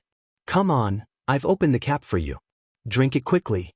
"That's right, Xinya just said that the quilt on our bed needs to be changed. She personally picked a beautiful quilt from the cupboard and said that it's her favorite. She said that you'll have a good dream if you sleep on it at night." Puff, cough, cough, cough. Seeing Ouyang Lulu unscrewing the cap for Tan Xiu, an envious look appeared in Yukai's eyes. He had just unscrewed the cap himself and had yet to completely swallow it when he suddenly heard Ouyang Lulu's words.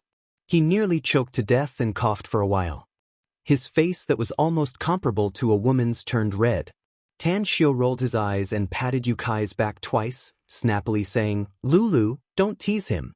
It's fine if you choke him into a fool, but if you choke him to death, it's a matter of life and death. Get lost." At this time, Yukai finally calmed down. His face was as red as a hen laying eggs as he fiercely glared at Tan Xiao and shouted, "Eldest bro Tang, I just found out that you're really shameless today." After that, he strode toward the villa's entrance. The smile on the corner of Tan Xiao's mouth turned thicker as he looked at his back and said, "This fella always talks about flirting with beauties and despises me for being a hypocrite all day long. Today, I can finally vent my anger. Lulu, though your words are very beautiful, you're a girl, so you must speak less of such words in the future. It won't be good if outsiders misunderstand you." Ouyang Lulu stuck out her surging twin peaks as she looked straight at Tan Xiao and said, "I'm not afraid. Worst comes to worst, it's just a fake show coming true and you can take me." Upon hearing it, Tan Xiao immediately walked to the second floor. After climbing a few steps, he said without turning his head, "Someone will send you dinner. Wait for your dinner and then quickly go to your business." Zhang Xinya stood at the side with a smile. She waited until Tan Xiao's back disappeared at the stairs before she turned to look at Ouyang Lulu and asked in a whisper, "Lulu, do you like Tan Xiao?" "Of course." Ouyang Lulu nodded. "Why would I run to him if I don't like him? But this fella obviously knows what I'm thinking and only knows how to play the fool." "Maybe he's not ready yet," said Zhang Xinya with a smile. "I'm a girl, yet I'm ready, yet he actually—" Ouyang Lulu hummed. "Forget it. Let's not talk about this. In any case, I firmly believe that there's no corner of the city wall that can't be dug, and there's no golden inlaid jade that can't be taken down. Sooner or later, I'll use the little flame of love to burn his cold heart." "Ha! Lulu, you're too funny." Zhang Xinya laughed again and again. Ouyang Lulu proudly looked up. Suddenly, she seemed to recall something as she patted her forehead and said, Shit. I was just joking and forgot to ask him about the serious matter. Should we go and ask him how the discussion with the people from the security department went?" The smile on Zhang Xinya's face receded like the tide. After a moment of hesitation, she shook her head and said, "Let's ask him after dinner. I think Tan Xiao should have told me the moment he came back if the situation was really bad." Ouyang Lulu nodded and said, "Although Tan Xiao is younger than both of us, he's very mature and steady. He knows what's more important and what's more important. If the situation is really bad, he'll definitely tell us directly and tell us the countermeasures." "I think so too," said Zhang Xinya. "Why don't you come with me to my place after we finish dinner? I need to practice singing tonight, so you can accompany me." Ouyang Lulu hesitated for a moment and then said, "Tell me the address. I'll go back and arrange some things. I'll find you later." "That's right. I've asked you before. You've always been so mysterious. Why did you come to Shanghai this time?" said Zhang Xinya. "I still have to keep it a secret." Ouyang Lulu let out a charming laugh and quickly ran toward the sofa. Furthermore, she was still plotting something in her mind. She wanted Zhang Xinya to be present when the secret was revealed.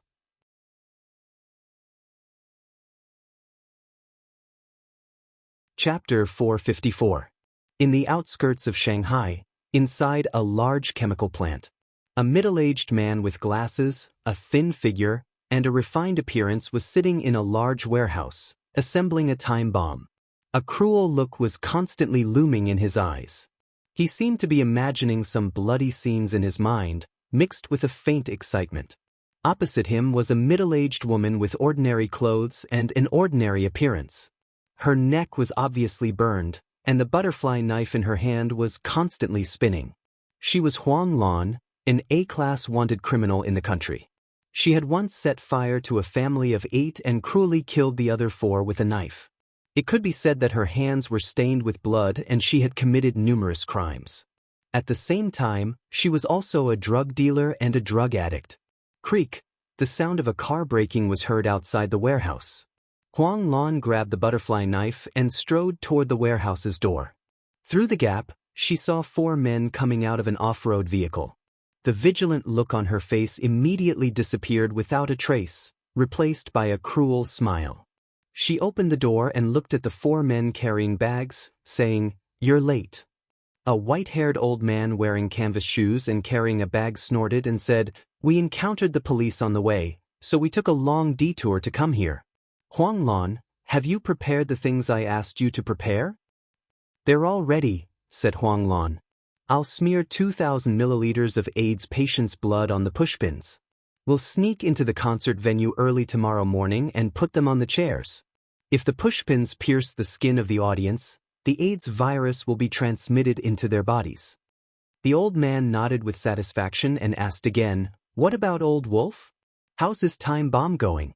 This time, we spent a lot of effort to get such a large batch of explosives. If something goes wrong with him, our operation will be considered to have failed by more than half. He's working on it and has made a lot of it. Huang Lan nodded. I believe that once the concert begins, most of the concert venue will be blown up once the remote control device is detonated, and the number of people killed will be countless. Well done, said the old man. We'll immediately sneak out of the country after we finish this job. We'll come back after a few years when this matter has calmed down. Ashu has prepared 5 million for each of you. In the next few years, you won't have to worry about living abroad. Huang Lan said, It doesn't matter how much money there is. As long as I can kill more people, I can vent my hatred. Before I came to Shanghai, I killed the last few people who bullied my family in the past. Even if I die in this operation, I won't have any regrets. The old man frowned and exuded a vicious aura. He said, We once contributed to this country, but the people of this country abandoned us. So, if you kill them, then kill them. You should kill more. I'm not afraid to tell you that I've already secretly installed a few time bombs that Old Wolf gave me in the Shanghai municipal government. Half an hour after the explosion at the concert, the Shanghai municipal government will also be in ruins. This is the best gift I can give them. Well done. Huang Lan gave him a thumbs up. The old man suddenly asked, You guys didn't tell Shibiao where we were hiding? Old Wolf, who was making a time bomb, raised his head. A sinister look flashed across his eyes as he coldly snorted, Tell him? That bastard's identity is too mysterious.